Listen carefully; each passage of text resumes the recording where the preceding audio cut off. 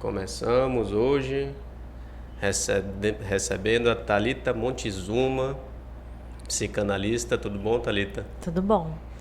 A gente te convidou, né, para decorrente daquele evento da UAB que acho que a gente participou junto até, né? Acho que em meses diferentes, se não me engano, não foi? Sim. De sim. síndrome de burnout.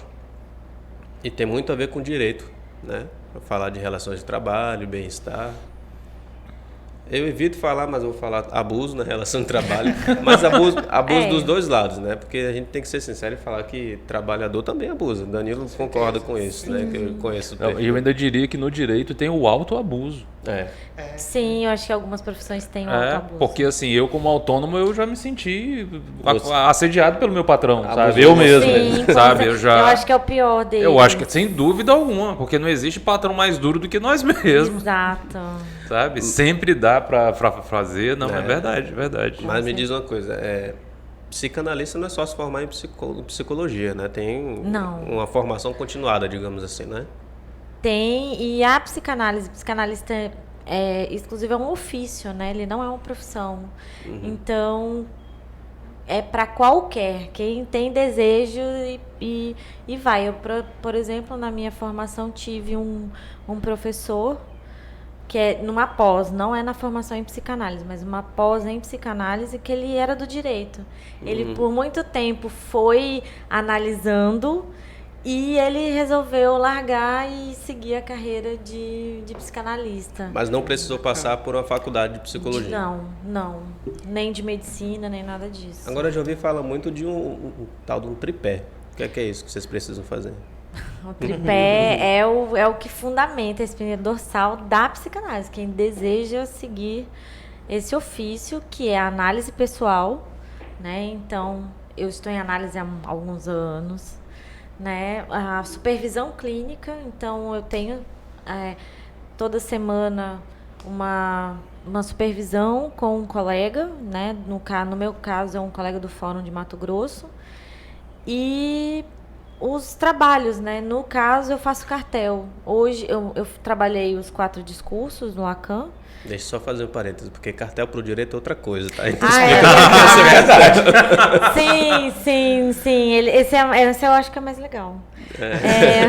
O cartel é um dispositivo de formação da escola, né? Que é um grupo, pessoas se reúnem em volta de um tema para trabalhar esse tema. Por exemplo, aqui poderia ser um cartel se a gente se reunisse periodicamente para trabalhar algum tema e construir um saber sobre esse tema, né? Então a egrégora. Exato. A filosofia seria uma egrégora. Exatamente. Então você se reúne um tema, vamos falar sobre, no caso, o meu primeiro cartel, e ele tem duração, né? Ele tem uma duração fixa de 2 anos, exatamente. Tem que ter são no mínimo 3 pessoas aí mais um, que a gente chama 3 mais 1, até 5 pessoas se reúnem em volta de um tema específico. Né? O mais um necessariamente é uma função, ele não precisa ser uma pessoa encarnada, assim, uma pessoa. Ele é uma função, é aquele que não deixa que o objetivo daquelas pessoas fuja muito, né? Porque a gente acaba fazendo outras colas, né? De amizade, um foco que vai, uma coisa que flutua muito, ou o silêncio, né? Tem muitos cartéis que se dissolvem por conta do silêncio, assim. Realmente, assim, começa o trabalho, mas aquele trabalho não flui. Aquelas pessoas não fluem, o tema não flui e ele acaba se dissolvendo. Então, o cartel é esse dispositivo que o Freud, lá no texto dele, acho que de 29, ele vai falar que é os estudos da psicanálise, né? Que ele se reunia toda quarta-feira com Jung, o Adler e tal, e iam discutir e construir o saber sobre a psicanálise. A gente faz Acabou quando eles brigaram. Menino, foi babado. Essa foi a fofoca. Essa foi a fofoca da época. Meu Deus. Foi uma das grandes intrigas da humanidade, né? Sem dúvida. Grandes intrigas. E assim, é maravilhoso porque se a gente pensar psicanaliticamente, como todo bom filho deve fazer, ele nega o pai e vai seguir a vida dele. Exatamente. Né? Porque o Jung era chamado de o filho, né? O filho prometido. Então, um processo natural, basicamente, que ocorreu. Foi? Teoricamente deveria ser natural, né? Mas a gente tá coladinho, às vezes, nessas relações. né? Esse Édipo aí de vez em quando aparece, dá uns problemas e tal. Mas, teoricamente, é isso que nós deveríamos fazer, né? Quando se fala de mata-se o pai, é esse pai simbólico, esse pai, essa voz, né? Que o Lacan vai chamar de grande outro. Que é essa voz que cobra a gente, assim. No final das contas, a gente às vezes está seguindo para um lugar que a gente nem sabe para onde, nem sabe para quem, mas Danilo tá nesse momento, né, Danilo? Eu tô num momento bem... Acho que preciso fazer terapia. Não. Todos nós. Não, eu faço já terapia. Arrasou. Tem que corrigir, não é que eu preciso fazer mais, talvez, né? É verdade. Parar de fugir, né? Vamos não, deixar ele fluir. Aí, assim, são problemas de anos que a gente tenta resolver em poucos anos, de muitos anos em poucos anos. Aí o processo é lento. E aí agora eu fui, como é que a gente pode dizer? Eu fui... Realmente me empurraram para ou você resolve ou para de funcionar a máquina, né? Sim, aquela questão da... Então, depois eu acho que a gente pode até conversar um pouco sobre essa percepção das coisas e tudo mais. Porque, assim, já me ocorreram aqui várias perguntas. Só que eu acho que a mais interessante... a mais interessante que o nosso tom do podcast é sempre... Nosso primeiro episódio, inclusive, foi assim. Pra onde vai essa ruma de gente? Porque a gente está indo para algum lugar. A gente não sabe bem aonde, né? Aonde a gente vai chegar, mas a gente vai para algum lugar. E aí, assim, a primeira pergunta que eu gosto sempre de colocar para todo mundo que a gente recebe é: de onde veio? De onde veio Thalita? Quem é Thalita? E aí a pergunta mais difícil de responder, mas é que a gente mais gosta de saber. Bom, eu sou daqui. Eu nasci aqui. Rio Branco mesmo? De Rio Branco, na Bárbara Leodora. Nasci lá. Acho que num sábado. E minha mãe não é daqui, né? Minha mãe vem pra cá em 77, eu acho. E ela é da onde? Minha mãe é do interior de São Paulo. Ela é de São José do Rio Preto. E ela encontra um amigo que veio pra cá por conta da faculdade, da UFAC. Ele passa num concurso, ele é biólogo. E ele vai para Rio Preto, volta para Rio Preto, porque a mulher dele teve neném e ele precisava de ajuda. E ele não encontra, a família dele não consegue vir e tal, e ele encontra minha mãe ao acaso, e eles são de infância, eles cresceram juntos e tudo mais. E ele fala: eu vim aqui, mas eu vou sair com a minha missão fracassada, porque eu não achei ninguém que me ajude com o nascimento da minha filha. Minha mãe, eu vou. Do nada, do nadão. Ela falou: eu tô lá, já tô com roupa de ir. E ela veio. Foi assim foi daí. Aí minha mãe conhece meu pai aqui, né? Meu pai já é daqui, já nasceu aqui e tal. E a minha primeira formação não é psicologia, mas eu já namorava Freud, acho que na minha adolescência, assim como eu namorei o Chico Buarque, né? Hoje eu sou casada com ele na minha fanfic. Na fanfic da minha vida, eu sou casada com esse homem. Barça, lembra da Barça, gente? Tô entregando a minha idade aqui nesse podcast. Mas eu ganhei da minha avó uma Barça e eu sempre tive muita... Como acho que hoje os adolescentes podem achar assim, mais depressivo e tal. Mas na minha época era natural. Algumas pessoas não gostavam de brincar na rua, eu era uma delas. E então eu lia muito na minha adolescência e eu ficava louca com aquele monte de informação. Eu sempre tive essa sede, assim, de ir atrás de... Porque eu sempre tive muita pergunta na minha cabeça também. E eu encontrei o Freud. E eu falava assim, gente, eu quero isso pra minha vida. E ficou. Só que, enfim, não consegui fazer num determinado tempo. E fui fazer gestão ambiental. Aí casei nesse meio tempo, tive 2 filhos, uma menina e um menino. E depois morei em Porto Velho, porque na época meu marido passou num concurso público. Moramos lá, eu morei 6 anos em Porto Velho, voltei pra cá e falei assim, quer saber, eu vou mudar. Vou fazer psicologia, que era o que eu queria. Né? E E comecei psicologia e tal. Depois eu descobri que pra fazer o que eu queria, né, que era psicanálise, eu não precisava. Era um outro percurso. É um curso diferente, né? Que, na verdade, é uma formação não seria um curso, mas é uma formação continuada. Sim. Você começa e não acaba nunca, né? Você morre. Né? O psicanalista morre, ele não se aposenta. Diferente da psicologia, né? Da psicologia você vai... E tem um outro processo ético também, né? Porque a psicologia tem a sua ética e tudo mais, e como toda profissão, mas acho que a psicanálise, para o psicanalista, por exemplo, a gente também se depara com a nossa incapacidade. E a psicologia tende a ter um discurso mais de tipo, vou lhe dar resposta, né? Quando você vai quando alguém chega a mim, você tem a resposta do meu mal.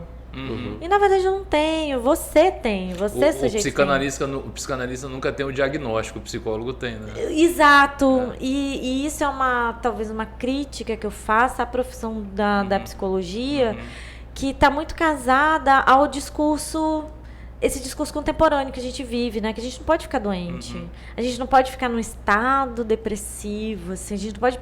Porque você já parou para pensar que quando a gente está mais deprimido, a gente começa a questionar quem a gente é, para onde a gente vai, a própria sanidade. A nossa sanidade, o nosso trabalho, nossa relação, nossos filhos.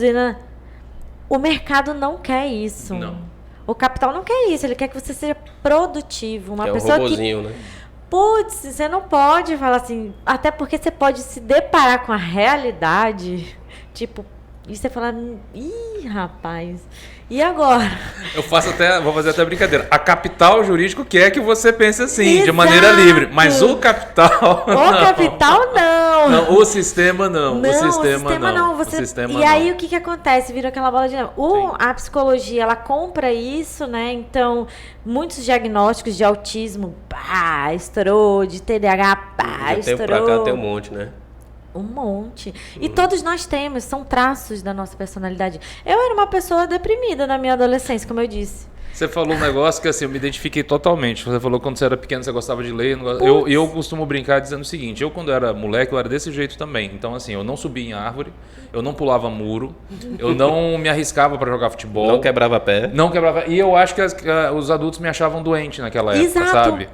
Porque era normal a criançada fazer aquilo que eu não fazia. Hoje...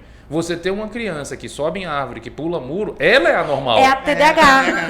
Tem hiperatividade. Exatamente. Então, assim, eu costumo dizer que eu era normal, só nasci na época errada. Exato. E assim, pra época, essa menina não brinca. Essa menina é anêmica. Nossa, fica também. Triste pelo canto. Exato. Eu ficava triste, eu ficava olhando assim. Contemplando, pensando a vida. Dando uma de Sócrates, né? Que ele parava na rua e ficava ali. Mas eu acho a palavra contemplação, a ideia de contemplação para mim é muito importante em termos de qualidade de vida, e eu aprendi isso de criança sendo chamado de preguiçoso. Exato. Não, e antissocial, assim. Eu, por exemplo, era uma criança que tinha dificuldade de lidar com as outras crianças por vários fatores. Pronto. Alguns que são da minha personalidade, outros são circunstanciais. Eu, por exemplo, era 2 anos avançado de série. E assim, eu tinha 6, os coleguinhas tinham 8. É difícil. É um mundo de diferença. 2 anos nessa fase. Pra gente, 2 anos é nada, mas na infância, então eu não conseguia me comunicar. Eu acho que se olhassem como eu me comportava, eu falaria que eu era autista. Exatamente. Num grau, obviamente...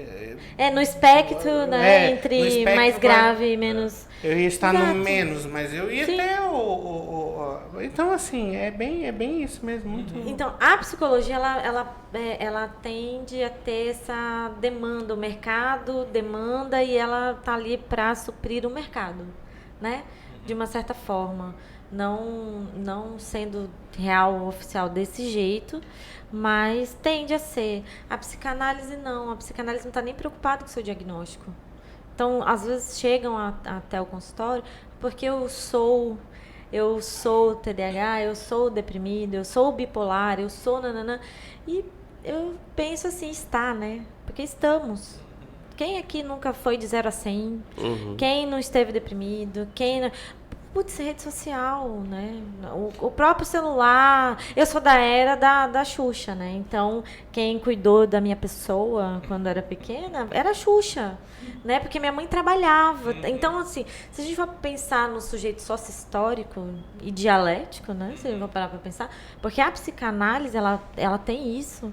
Ela não é fenomenológica, ela é histórico-dialético, porque eu mudo. Eu vou me transformando e transformando ao redor. Então, a minha geração era da televisão, que já tinha... Aí você já vai tendo um traço aí, né? Um traço do tipo... Preso ao Thundercats, a Xuxa... Por isso o Caverna do Dragão marcou tanta Caverna geração, do Dragão... Eu sempre acho que há um transtorno psicológico deixado numa geração, o Caverna do Dragão não ter tido um final. Tá lá, exato, isso é um trauma, isso é um significante você mestre. Não chega ao fim, você acompanhou a série inteira e você não tem eles estão lá presos e eles não saem daquilo. Sim, Pronto, sim. é isso, meu filho, lide com isso. A vida é isso. Sim. A vida é caminhar e você tá, às vezes, no mesmo lugar. Né? Se você não perceber, você tá no mesmo lugar. E hoje só aumentou, porque agora a criança nasce com um tablet. Antigamente, tinha que se esperar na mesa. Todo mundo comia junto. Hoje em dia, a criança tem que comentar o horário, fulano em outro horário, e tem que ter o celular na mesa, porque a criança não fica parada. Ela não fica... Putz, lá atrás todo mundo ficava parado. Dá o celular para esse menino aí, né? Tinha que esperar, né? E hoje tem muito disso, né?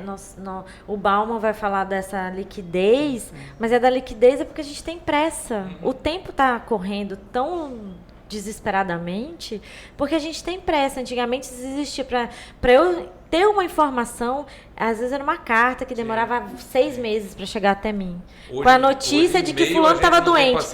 Exatamente. Hoje, se eu mando um WhatsApp para você e você não me responde na mesma hora, meu Deus. Aí de ti se ficar azulzinho e você não responder. Meu Deus. Por quê? Por que você não está respondendo minha mensagem? E outra, eu tenho a impressão que as ferramentas, elas incentivam cada vez mais isso. Sim. Porque eu não sabia até outro dia, mas o WhatsApp, ele te deixa permitir ver se a pessoa está online, quando ela viu a última vez. Então, eu tenho satisfeito cada vez mais a minha vontade de saber. A curiosidade do outro, da vida do controle da vida do outro. É muita loucura. Do próprio imediatismo, né? Que a gente acaba... E aí eu fico com receio da gente, às vezes, estar com pressa de ver uma vida que a gente não vive. Sabe? Mas a gente não vive, né? A gente tem pressa para adiantar as coisas, para sobrar tempo, para a gente não saber com o que usar. Eu não sei o que fazer quando eu tenho tempo livre. Até comentei isso contigo já, né? Tá, e aí? Pois é. Fiquei sem computador, vou pra assistência. Vou fazer o que agora? Realmente pensei isso. Sim. Não sei o que fazer. Mas eu acho assim, eu não vejo só isso como um problema, sabe? Assim, eu vejo isso pode ter um lado bom, digamos assim. Eu acho que as pessoas que gostam muito do trabalho, de uma forma geral, quando não estão no trabalho, se sentem um pouco como não divertindo. Eu me sinto um pouco assim. Eu incorporo tanto o trabalho e gosto do que eu vou fazendo, que quando eu não estou fazendo isso, eu acho que eu não estou fazendo nada. Eu não me dedico mais ao tempo de contemplação. E aí eu me obrigo nesse sentido, de dizer, eu vou desligar. Não, mas o mercado está dizendo que você está errado, né? Exatamente. Você não pode ser ocioso. Exato. Ocioso é vagabundo. Exatamente. Você não trabalha, você não produz nada. Você não... E assim, tem uma valorização também, um valor capital mesmo, do tipo assim, um escritor ou alguém que faz música ou que faz arte, tanto que os cursos mais procurados não são cursos de filosofia, não são... Você fala assim, e aí, meu filho, você vai fazer vestibular para quê? Aí se a pessoa fala direito, medicina, engenharia, uma arquitetura, alguma coisa assim, nossa, que maravilha. Aí você fala assim, não, vou fazer filosofia. Você fala, vai viver do quê, amor? Vou fazer teatro. Vou fazer teatro. Nossa, teatro. Uma criança que corta o coração do pai, o que você quer ser quando você... Professor. Putz, Sim. Aí escorre até a lágrima. Escorre uma lágrima do pai, digo... Talvez ele pense assim, eu lembro do que eu fiz com meus professores, né? Eu tenho muita fé nessa geração mais nova, porque eu acho que eles conseguem superar isso. A Manuela, minha filha de 8 anos, eu não tenho essas conversas. O que é que você vai ser quando crescer? Eu não tenho essas conversas. Eu não tenho o menor tipo de ambição, seja o que seja. E aí a Manuela, surgiu essa conversa e ela falou assim pra mim no carro. Sabe o que eu quero ser quando eu crescer? Eu falei, o quê? Feliz. Ótimo. Falei, fechou. Ótima resposta. Você chegou a uma conclusão Chegou que a uma conclusão papai que eu demorou demorei 40 anos. anos para pensar. Eita. Você com 8 chegou, então é excelente. Mantenha essa isso. ideia. Mantenha essa Feliz. ideia. Porque eu quando fui fazer vestibular, eu ia fazer vestibular para psicologia. E eu me lembro, como se fosse hoje, eu liguei para minha mãe na época, para minha madrasta, e ela... Você fez inscrição hoje? Eu falei, fiz. Não, aliás, eu não fiz. A fila estava grande, eu deixei para fazer amanhã. Você vê como uma coisa muda a vida da pessoa. Com certeza. Aí eu deixei, disse, beleza, você vai fazer inscrição pra quê? Eu falei, pra psicologia. Eu falei, que coisa legal, mas só vou te dizer, eu não vou pagar não, tá? É isso. Aí eu falei, qual que a senhora pagaria? Eu pago engenharia, direito, pago... Eu falei, tá bom, faço direito. E fui fazer direito. E assim que eu me encontrei com direito. Mas eu acho que direito e psicologia tem muita ligação. Tem. O tanto de Elas profissional são do direito né? que eu conheço, que tem vontade de ter estudado psicologia ou que estuda nos tempos livres como o Lúcio estuda, é enorme. Tem gente que é formada em psicologia e está em direito, tem gente que está fazendo caminho contrário. Né? O direito é ética, é a ética tentada ali, porque o direito existe, porque o sujeito não consegue lidar com seus... Né, com seus, né? Exatamente, com suas funções, né, de vida e morte. Exatamente. Então, há um conflito aí porque existe uma diferença, e eu acho muito interessante isso, e eu adoro, e aí eu vou viajar com certeza, dessa questão do que é ético, né? O que é ético para mim, então, às vezes não é ético para o outro, que é diferente de moral, mas que está ali junto e misturado de uma linha tênue, exatamente. E o direito tem muito disso, né? O que é ética? Eu também gosto muito dessa... na psicanálise, e eu sigo uma psicanalista e tal, que ela vai falar de Antígona. E Antígona, o grande lance dela é reivindicar essa ética, esse direito do outro, no caso do irmão dela, de ser enterrado. Né, que é um direito que não é humano, é um direito dos deuses, né? Direito natural. Um direito natural. E aí a psicanálise está sempre nessa linha tênue, porque o sujeito, dentro do nosso pensamento, a gente é livre. Sim. Não existe certo e errado. Não existe uma limitação. Não existe certo e errado, não existe pudor, não existe nada. E é desse material que o psicanalista vai escutar, que é do campo do horror, muitas vezes, né? E do próprio sujeito, que é uma coisa que o sujeito esconde dele. O que você faria se tivesse um anel de Giges no seu dedo, né? Exato. Se você não pudesse ser visto, o que é que você faria? Exato, exatamente. E eu acho que o direito tem disso, né? Porque quando isso vai ao ato, é que às vezes entra-se nesse conflito. Na faculdade a gente estuda e diversos professores falam, o direito não quer saber o que está dentro da sua cabeça, mas a partir do momento que isso se tornou no mundo real, aí o direito... Do papel, exatamente, aqui fora. Se eu trabalho no campo do imaginário, vocês trabalham no campo do real. Sim, a gente chama isso de fato juridicamente relevante. Que é o reflexo do imaginário. Fatos que não são relevantes e fatos que são juridicamente. Para uma chuva não é relevante do ponto de vista jurídico em princípio. Mas ela pode ser. Se for uma chuva torrencial que traz a questão da responsabilidade de seguro, ela passa a ser um fato jurídico relevante. Né? Mas o que eu vejo, eu concordo plenamente com o que você falou, o direito ele tem se aproximado demais da filosofia e da psicologia. E essa aproximação é que talvez a gente hoje venha compreendendo como uma humanização do direito. Eu vejo isso como uma humanização. E é uma das grandes diferenças que a gente tinha entre o modelo antigo de aplicação do direito e o modelo atual que a gente tem. O antigo, que é desumanizado, ele já não tem mais resultado. Então a gente começa hoje a perceber, dentro das relações com os clientes, certos conceitos que não eram completamente ignorados. Quando a pessoa chega ao osso, por exemplo, do cliente, eu gostaria de paz. Eu gostaria de ser feliz. Eu mesmo já falei isso tantas vezes. Eu mesmo falei isso tantas vezes. A gente fala demais, assim. Agora, quando vem para o advogado, e é interessante, porque muitas vezes o advogado ele não tem ferramenta nenhuma para dizer, não, eu não estou aqui para te tratar de felicidade ou infelicidade, eu estou aqui para te resolver o problema X. Sendo que, na verdade, hoje a coisa é mais complexa. Né? É mais complexa. O pessoal do direito sofre muito com isso, sabe? Sim. E assim, eu vejo a gente falando desse casamento, né? O direito basicamente trata conflito. Sim. E quando a gente fala de conflito, existem várias formas diferentes de se analisar os conflitos, né? Primeiro, todo conflito vem de uma história. Da própria pessoa e do próprio conflito. Sim. Por isso, a aproximação do direito com a história. Muita gente que faz direito cursa história. Também já vi muito. Para você resolver conflito, necessariamente precisa dessa contemplação do pensamento, do desenvolver teorias, ideias, filosofia. são relações humanas. Não há como negar que o direito, em 90% dos casos, lida com seres humanos. E aí você tem tanto a ligação entre as pessoas, sociologia, quanto o próprio interior, que aí é psicologia, a psicanálise. Então, assim, essas áreas aí falam, mas tem gente que faz outras coisas além do direito. Eu tive um colega da faculdade que fazia concomitante direito e engenharia florestal. Mas tudo cabe direito. Tudo cabe direito. Agora, tem certas coisas que, na verdade, o direito precisa. A psicologia, a sociologia, a filosofia, um pouquinho da história. Então, assim, eu posso ser um excelente jurista que lida com medicina, engenharia, arquitetura, teatro, porque tudo isso envolve direito, tem conflito. Mas a relação do direito com essas áreas, eu vejo assim... ela é assim, tem que ser simbiótica, porque senão não funciona. Não vai funcionar. Se a gente ignorar os fatores humanos, a gente vem até assim, no podcast anterior, né, a gente falou disso, todo conflito vem de uma necessidade não atendida. Sim. Né? Sim. Todo vem de uma... E a gente... Uma frustração de alguma frustração de algum lugar. E a gente do direito que lida... A gente lida... Eu já falava isso na sala de aulas. Está na faculdade de Direito... Se você for delegado, você vai separar gente em conflito. Se você é advogado, você vai defender gente em conflito. Se você é promotor, você vai acusar gente em conflito. Se você é juiz, você vai julgar. Então não importa. Exato, não importa. Você vai mexer com conflito. E mexer com conflito é você pegar um ponto importante da vida da pessoa e que muitas vezes vai puxar o outro. Nossa, quantas vezes a gente não chega... Uma questão de direito de família, que é o mais evidente, uma questão de direito de família não é um problema do casamento. Tem outros problemas envolvidos.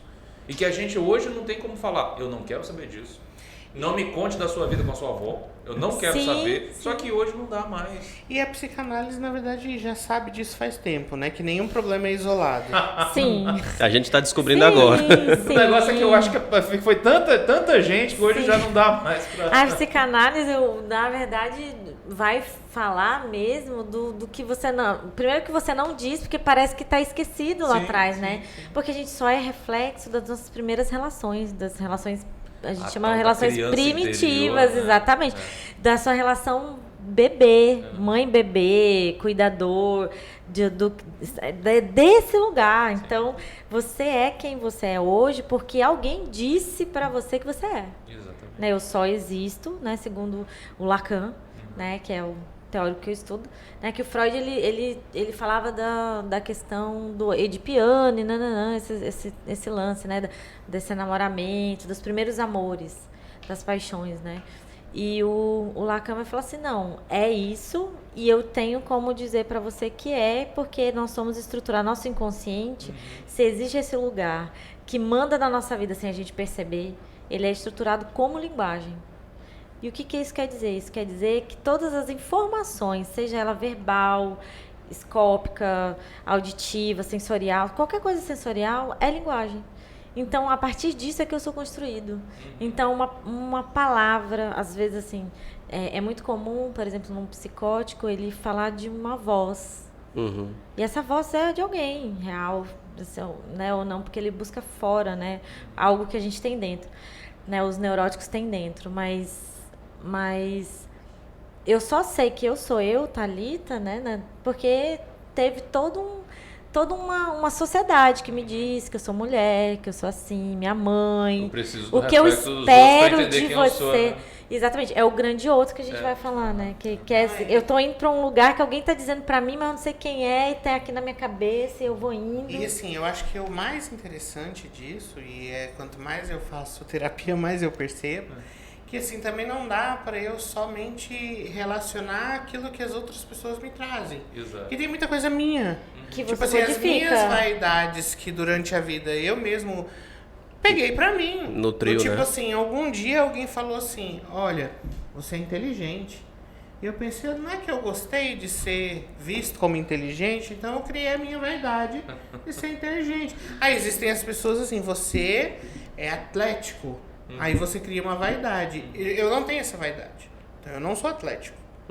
Mas eu tenho a vaidade da inteligência, então eu procuro informação. Sim. Minha avó falava, inteligência, beleza e dinheiro são 3 coisas que envaidecem demais da conta. Então, assim, eu acho que E isso é é muito essencial, Sim, sabe? de como você codifica. Na verdade, como toda linguagem, ela gera uma distorção. Sim.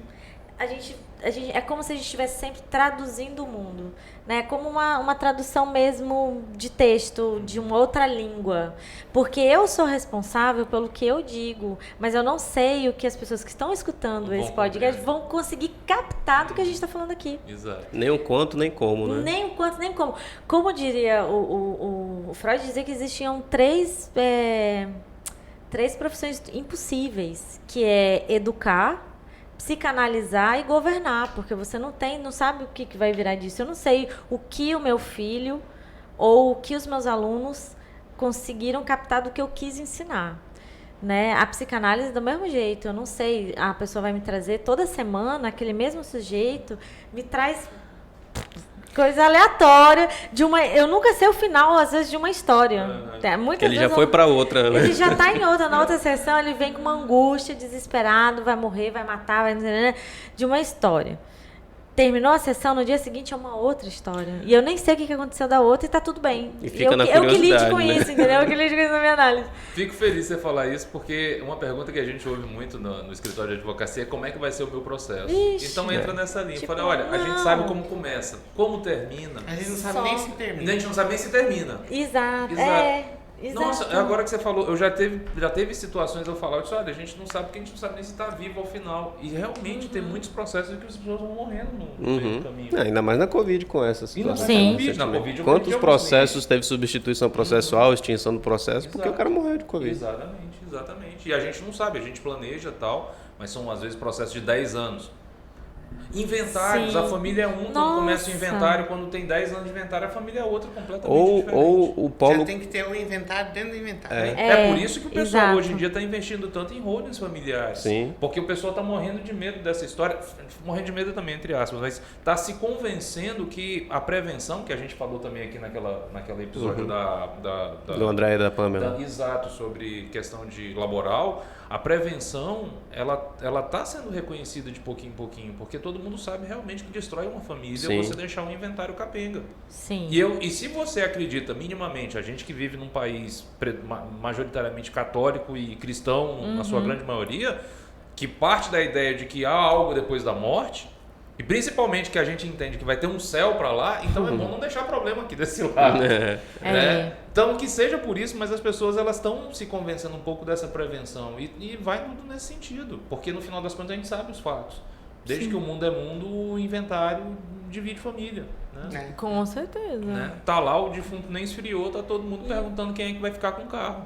Né? Exato. Agora a gente falou muito sobre o mercado, né? Como o mercado demanda da gente. E o mercado é aquela coisa que existe e não existe ao mesmo tempo. Quem é o mercado? A Cadê o mão mercado? Onde está o invisível. mercado? Né? Exatamente. Então... É o grande outro. o grande outro demanda da gente, o mercado. A ideia de Big Brother saiu disso. Exatamente. Agora, como é que a pessoa leva isso para dentro, né, do trabalho dela, assim, falando assim, fisicamente, da empresa, né? Ela chega lá com as demandas que nem a própria empresa gerou às vezes, porque o mercado é muito mais amplo que isso. Começa desde expectativas do vestibular do Lúcio lá, né? Então, o que é que ele imaginou que ia ser quando se formasse, quando entrasse no mercado? Ele entrou na empresinha lá. Aí começa a ter as relações humanas ali dentro, né?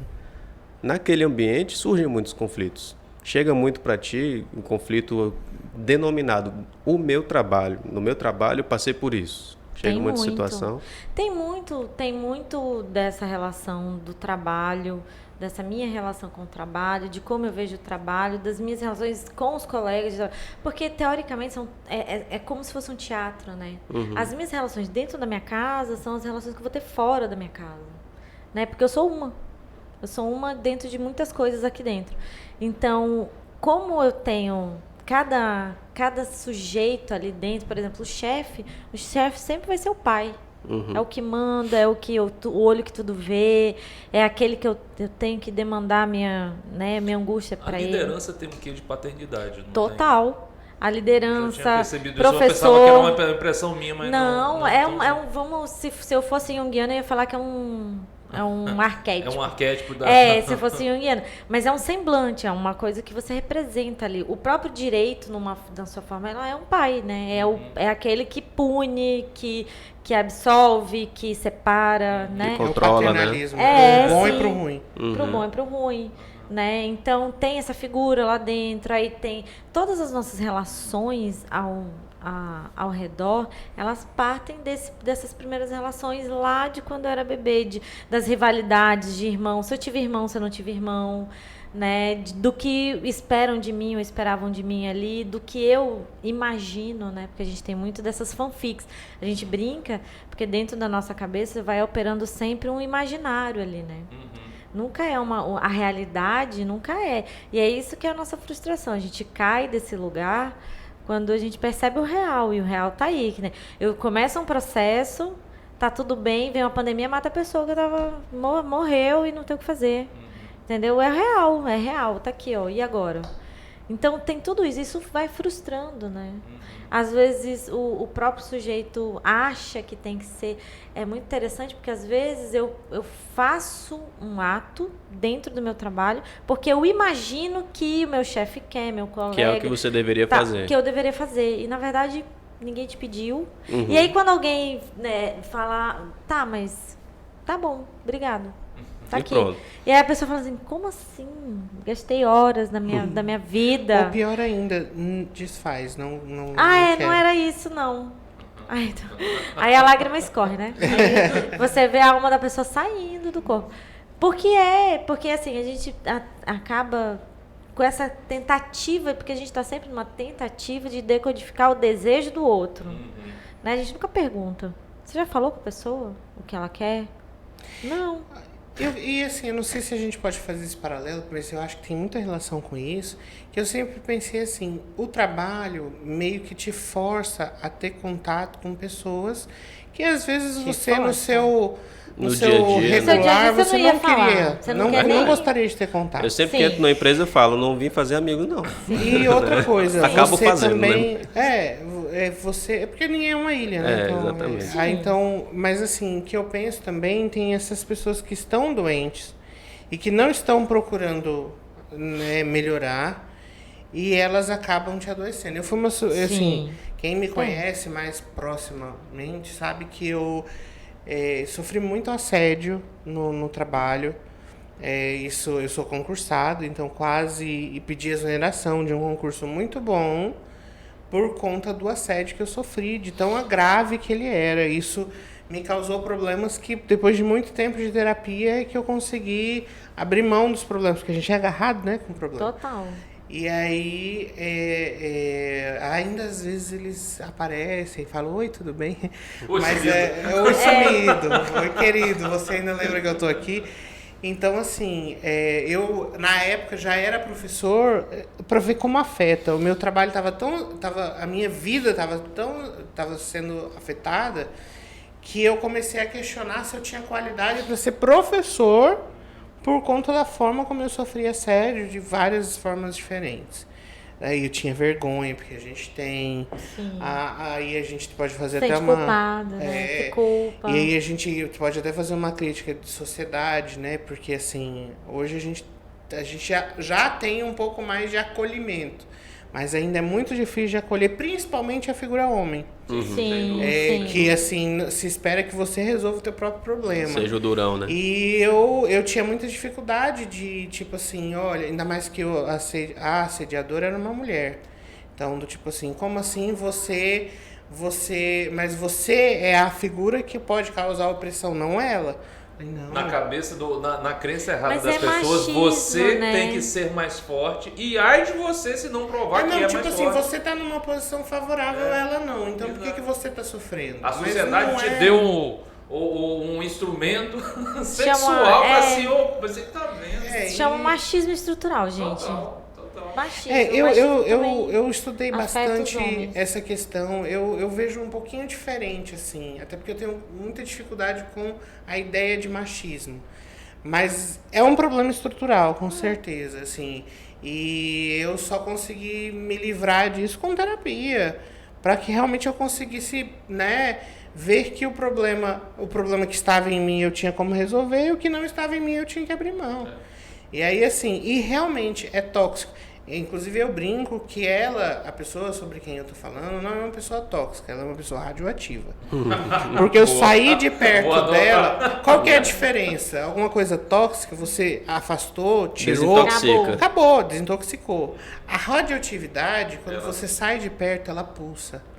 Ela te traz o câncer. Ela te afeta. Os efeitos a longo prazo, mesmo longe da fonte. Você leva anos, até a vida útil do... O pessoal do Césio lá de Goiânia. Pois é. Até hoje sofre as consequências do negócio. A vida útil do isótopo, do elemento. Então, eu saí de perto e ainda pulsa. Ainda oi sumido. Então, assim, a gente tem que lidar. A gente é lançado a esses locais e tem que lidar com esse tipo de pessoa, e às vezes a gente eu via colegas, né, que estavam comigo, tinha uma preparação melhor, eu não tinha, então eu sofri mais. Não é que ninguém vai sofrer, todos vão sofrer quando chegam perto de pessoas mas algumas têm proteção, outras não. Eu não tinha, sofri. E aí então o que eu tive que fazer? Eu tive que me afastar, mas isso foi um processo. Como eu falei, né? A gente acaba sendo lançado nesse ambiente e te vira. Eu considero isso um dos maiores problemas dentro da advocacia, sabe? Porque por mais que a gente tenha um ambiente, isso é muito comum na vida do advogado, por mais que a gente tenha um ambiente de escritório que a gente domina, no meu caso, eu trabalho sozinho, então beleza, eu não tenho nenhum tipo de pressão, a não ser aquela que eu mesmo ponho. Mas quando eu vou para uma audiência, eu não tenho o menor controle de quem vai ser o juiz que está lá, quem é o promotor que está lá, quem é o outro advogado que está lá, o meu cliente e o outro cliente que está lá. Então, pelo menos terão ali 5 pessoas que estão chegando no momento pilhado, que estão chegando lá muitas vezes falando, eu vou com as facas nos dentes. E se você muitas vezes não souber ter você se assusta muito. Isso é altamente traumático quando você vai fazer as primeiras audiências. Já ia mencionar sobre o jovem advogado mesmo. Exato, né? A primeira audiência que você vai fazer, que você chega lá, senta no lugar errado, a pessoa não chega, por favor, sente ali, que ali é o seu lugar, não. Você não sabe aonde você senta, você não estudou, isso aí pronto, você desmonta, acabou. Acabou a audiência no começo. Acabou a audiência, você não vai conseguir falar, você não vai conseguir sustentar uma contrariedade, dizer não concordo, porque você já está... E é altamente traumatizante. Eu conheço pessoas que são traumatizadas com as audiências que fizeram.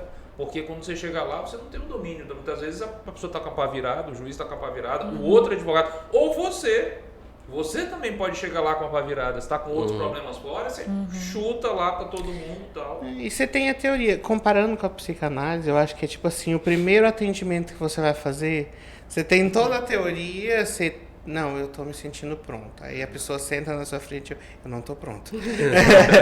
Sim. Eu acho que é muito isso. Direito, talvez absolutamente eu não tô pronto. Aí chega lá e fala, realmente eu não tô pronto. Agora eu tenho certeza que eu não tô pronto. Que eu não tô pronto. Eita, eu tô ferrado. Mas tem isso. Porque assim, né, existe o Lacan, e agora está em voga, é o tema do encontro nacional desse ano de psicanálise, são as paixões do ser, que é o amor, o ódio e a ignorância. E a gente adora, a gente tem um amor específico pela ignorância, a gente não quer saber de quem a gente é e muito menos do que o outro é.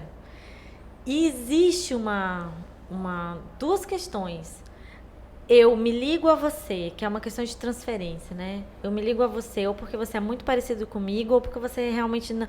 tem alguma coisa que eu tenho, que eu nego em mim, e aí eu quero lhe destruir. Então, assim, é interessante porque, assim, talvez essa pessoa te faça em te dê o que o pessoal gosta de chamar de gatilho. Ela gatilha uma figura, um momento, uma situação da qual você a todo tempo retoma aquele lugar que te deixa paralisado. Entendeu? Lógico que eu estou fazendo, como diria Freud, selvagemmente, porque você não é, né, meu analisando. Mas existe isso. Às vezes você é diferente de mim e aí existe ainda o narcisismo das pequenas diferenças. Se você é diferente de mim, eu te destruo, porque você é diferente de mim. E isso acontece muito, por exemplo, na questão do que a gente vai chamar de justiça e vingança, né? Então, eu destituo o sujeito de um lugar de humano para eu poder destruir ele. né? Porque eu também sou capaz de matar. Todo mundo aqui nessa sala é capaz de matar. Todo mundo aqui é capaz de fazer injúria, calúnia, enfim, fazer sobre o que circunstâncias for. adequadas. Exatamente, a gente só não sabe em que momento crau universo, temperatura e pressão. Entendeu? Mas todo mundo. Então, é muito comum os extremos, né? O corrupto, porque o corrupto tem que matar, tem que esfogar, né? Aí você vai ver o cara tem um gato na casa dele. Uhum. A pessoa dá aquela. Entende? Então, assim, eu destruo você. Eu quero. E tem Desumaniza. isso. Eu desumanizo você. Tem algo em você que eu quero destruir. Agora, isso é interessante, me despertou um ponto sobre destruir o outro por ser diferente, né? Agora, às vezes, essa diferença que eu vejo em você é o que eu queria ser e não sou. Total. E isso a gente passa dentro de casa com os irmãos, como você mencionou. Chega no ambiente de trabalho, os irmãos são os colegas hierarquicamente no mesmo nível. Sim. Aí o pai, por aí vai. Então, veja um colega que é aquilo que eu gostaria de ser e não sou. Aí começa o bullying no trabalho, começa as piadinhas, né? Começa a perturbar a vida da pessoa lá dentro. Sim. Eu ouso dizer que eu acho que a coisa mais evidente que eu percebi isso na minha vida foi com os filhos. Foi? Eu cedo eu percebi que aquilo que eu mais brigava com meus filhos era justamente os defeitos que eu tenho. Sim. É incrível. Sim. Quando eu percebi isso... Porque eles te incomodam, né?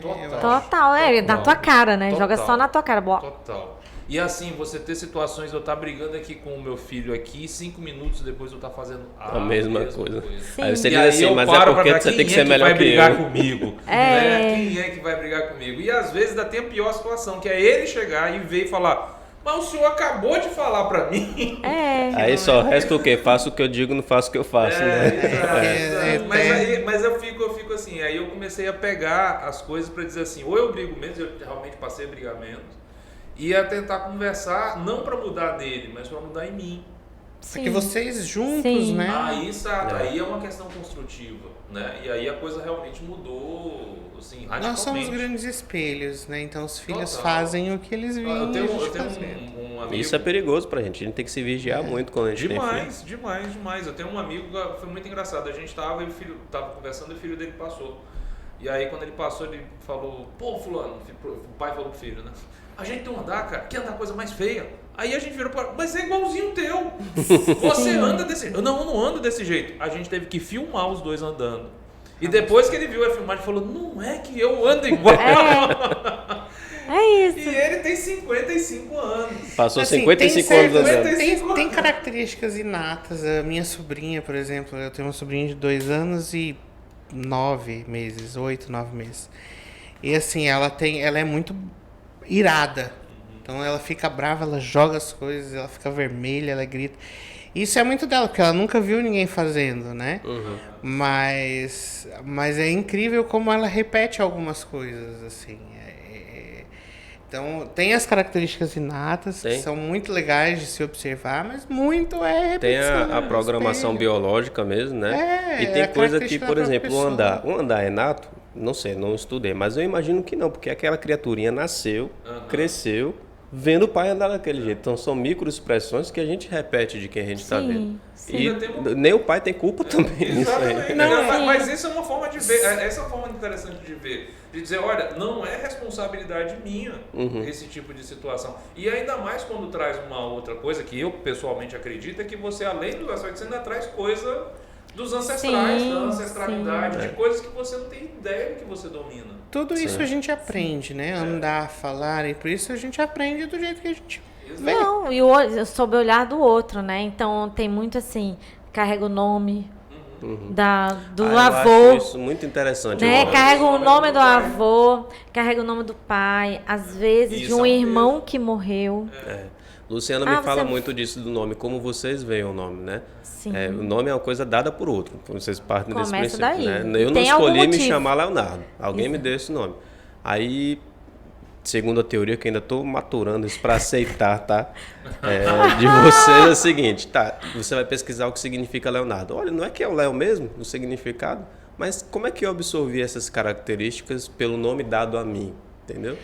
Porque este nome que é o seu nome próprio, ele vem carregado de algo que você falou microexpressões, vem carregado de algo que eu despejo em você, como mãe, pai, vô, sei lá, quem que cuidou de você. Então, e isso você codifica e você assume para você. Internaliza, né? Internaliza, por exemplo, o meu nome é Thalita. Minha mãe é comunista, né? Minha mãe é comunista, marxista e tal. Raiz.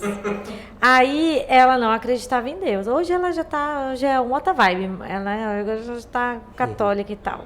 Mas ela assistindo. Eu não tinha nome. Eu já estava para nascer. Eu não tinha nome. Eu era uma pessoa sem nome. Se eu fosse menino, tinha um nome. Que eu acho que era do meu avô, que é Older.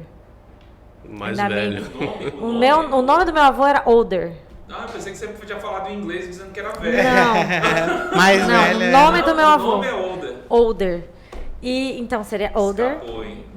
Nossa. Sim, sem nenhum, Pois é. sem querer depreciar teu avô e tal. Exato. Mas assim, Exato. Older, Pesado, né? pesado. E sem nome pra menina. Se fosse menina, não tinha nome. Então eu era uma pessoa sem nome, até tipo 8 meses. Quase lá, 7, né? quase lá. Aí ela assiste Paixão de Cristo. E aí tem Thalita Cumi, né? Menina, levanta-te, anda, que ele é a menina, que na verdade é menina, né? Ele fala menina, que é Thalita, em hebraico. E a minha mãe fala, tá aí, vou botar Thalita. E isso na minha análise, tô aqui às voltas com a minha angústia, né? De ser gente, pessoa. E aí eu falei, putz, o nome próprio, né? Meu nome próprio aí da salvadora, né? A minha grande angústia é, tipo, dentro de como eu sou, uma das características, eu sempre estar abdicada ao outro. E nunca penso muito no que eu desejo, sempre no desejo do outro. E tem muito a ver. Porra, Jesus morreu, meu amigo, para salvar todo mundo. Uhum. Foi esse o fim da minha análise, né? No final da análise, a minha análise falou assim, putz, o cara morre para salvar todo mundo. É isso? E eu cri, ela, vamos ficar por aqui. Val, vai chorar na sua cama que é um canto quente. Porque é isso, é disso que eu falo, da construção, você é quem você é, porque alguém, em algum momento, foi te dando pequenos, a gente chama de rebus, sabe? O rebus é um jogo de palavras onde você vai pegando figuras e recortes de letras e figuras para formar uma outra frase, uma pequenos outra palavra. blocos, né? Exatamente. Então, a palavra rebuscado. Exato. E é disso que a gente é feito. A gente é feito de palavras não ditas, malditas, meio ditas, de meias verdades. Então nós somos construídos disso tudo. Não é loucura dizer de que exista tanto conflito, né? Sim. Que, putz, do que eu dou conta também, né? Do que eu dou conta, dos caminhos possíveis que eu consigo chegar. E aí vem uma pergunta minha, né? Como é que a gente profissionalmente, e fico pensando hoje, lógico, pensando no pessoal do direito, mas como é que a gente, de uma maneira geral, como é que a gente lida com isso? Como é que a gente lida com esse estado, digamos assim, alterado que a gente que é tão comum? No que você sai no trânsito, você tem pessoas gritando, no que você vai para o trabalho, tem pessoas abusando, no que você está, às vezes, em casa, está numa relação tóxica. Como é que a gente consegue manter uma sanidade no meio que talvez é meio insalubre?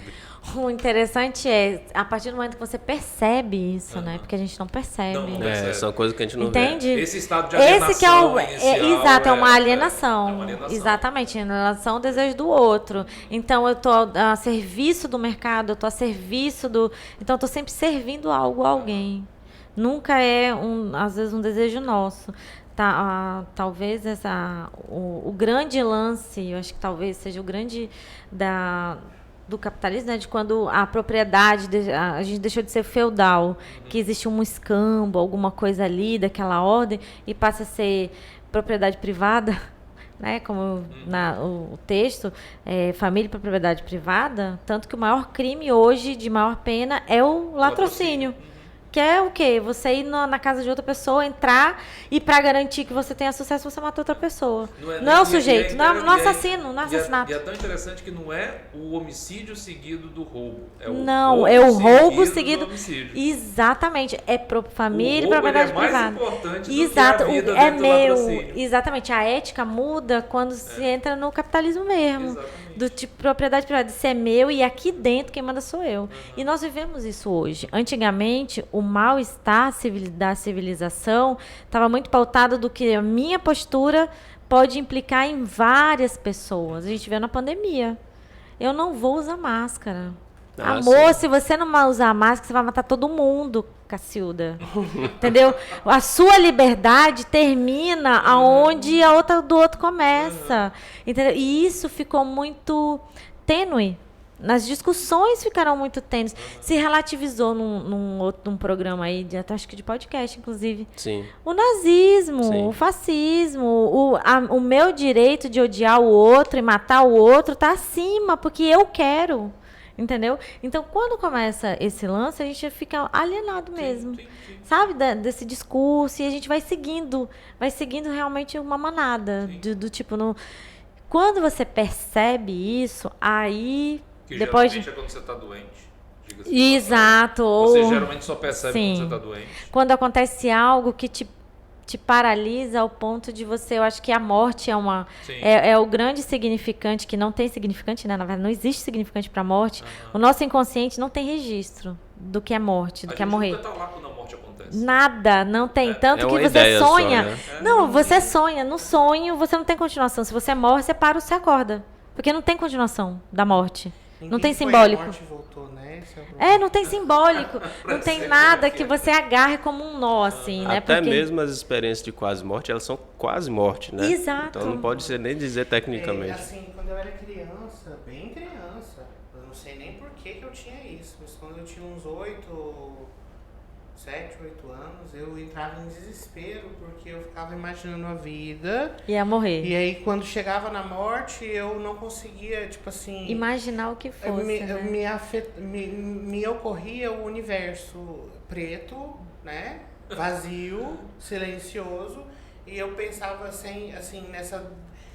A consciência sem nenhuma sensação. A consciência do nada, né? A consciência do nada. Causava desespero. Então, assim, e foi assim, eu não posso dizer que eu superei 100%, porque se eu fico muito tempo pensando nisso... Nessa vibe, né?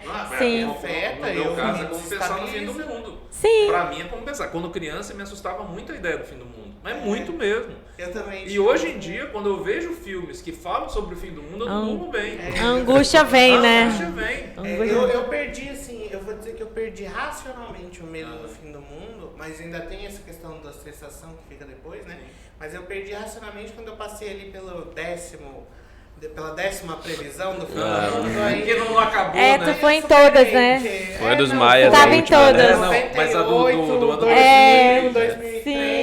Teve o Bug do Milênio, teve Nostradamus, teve ele Maias. começa em 98, o fim do mundo. Meu fim do mundo começa em 90. Foi o primeiro? Eu não passei. Eu já passei pelo de 90. Passei 90, de Putz, 90 90. 99 pro... De 89 pra 90. Foi o primeiro fim do mundo. Eu não lembro. 89 é engraçado. 89 é um ano que me marca pela perda de artistas. Foi o ano da morte do Raul Seixas, foi o ano da morte do cara do Queen, do Fred Mercury. Do Fred. Foi o ano da eleição do Collor. É isso que eu Sim, ia falar, a o gente fim do entra mundo era eleição república. direta. Eu acho que era... a gente entra como república, né? Sai da ditadura. Da eleição indireta, a primeira né? eleição do Lula, que tinha o Lula e o Brizola. Sim, sim. O Lula e o Brizola. Eu lembro do Foram jingle 20 do Brizola. candidatos naquele, se eu não me engano. Meu Deus, lá! Mas algum de vocês lembra do registro histórico do Silvio Santos ser candidato a presidente nessa eleição? Sim. Já Nossa, pensou? Nossa, gente. Foi. Pior que eu lembro. O pior é que eu lembro. Depois de tantos fins de mundo, aí... Aí tu falou, deixa que eu tô pronto. Hoje o medo já é o mundo continuar do jeito que tá. 2012, eu acho que foi o mais aquele impactante que teve filme. Que teve o filme.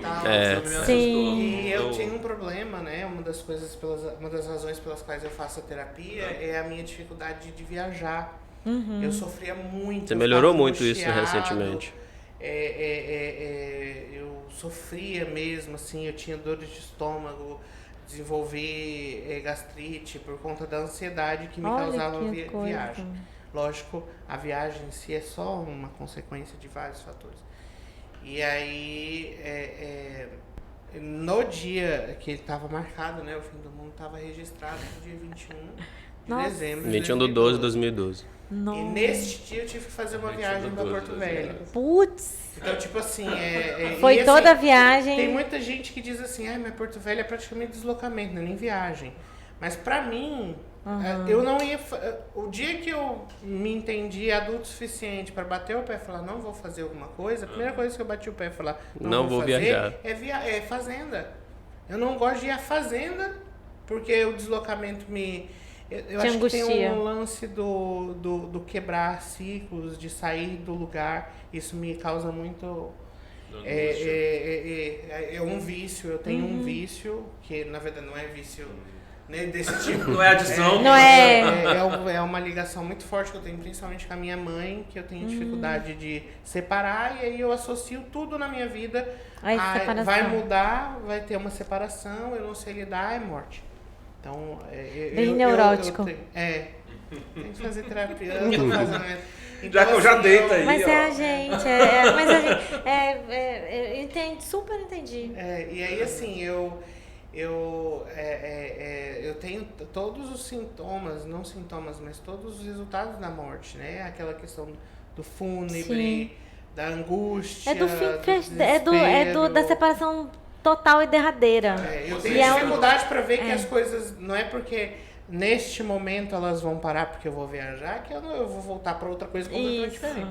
Eu tenho dificuldade racionalmente e emocionalmente muito mais de aceitar isso, de reconhecer isso. Aí isso me marcou muito. Aí eu acho que depois de 2012, aí depois eu comecei a terapia também. Hoje eu já consigo viajar. Eles falaram, o Leonardo falou assim do problema que eu tô tendo. Eu até comentei hoje que eu passei no concurso da UFAC, mas é para cruzeiro. E assim, minha família toda em Rio Branco e eu tendo que ir para cruzeiro. Mas eu acho que assim, a terapia já funcionou tanto que hoje eu cogito ir. Cogito não, né? Porque eu tô... Minha posse é sexta-feira. Olha o ato falho. Cogito e não, amor, você vai porque já você tá já certo. vai assumir. Mas aí assim, até isso, porque tem hora que eu me pego falando assim, mas eu vou mesmo? Será? Aí começa, mas se eu não for, né? O irracional, a minha psicóloga sempre, tipo assim, quando eu... no momento em que eu solto uma palavra sem pensar, que ela agarra e fala, é essa que a gente tem que É nisso focar. que nós vamos se bater. E essa palavra marota aí que saiu, aí eu falo, vamos lá então. Então esse cogitar é porque assim, no fundo eu acho que eu não aceitei ainda. Mas racionalmente eu sei que eu vou, porque... É trabalho, você passou, você vai. E aí, então, é muito difícil. E aí, assim, para uma pessoa que antes tinha dificuldade de pensar, de fazer uma viagem que durou um dia para Porto Velho, pensar em efetivamente ter uma outra residência em outro local. Uma outra vida, né? Construir tudo lá. Mas vai ser aquele, tipo assim, tratamento... De choque. Terapia 2 vezes na semana. Às vezes a gente precisa dar um tropeção pra ir pra frente, sabe? E eu gosto de pensar muito assim, isso na minha autoanálise também, nos meus momentos de análise e terapia que eu também faço. Eu já faço mais de anos disso. Eu sou o único aqui que não faz, então, né? Não, eu super sugiro. Vamos fazer bullying com ele.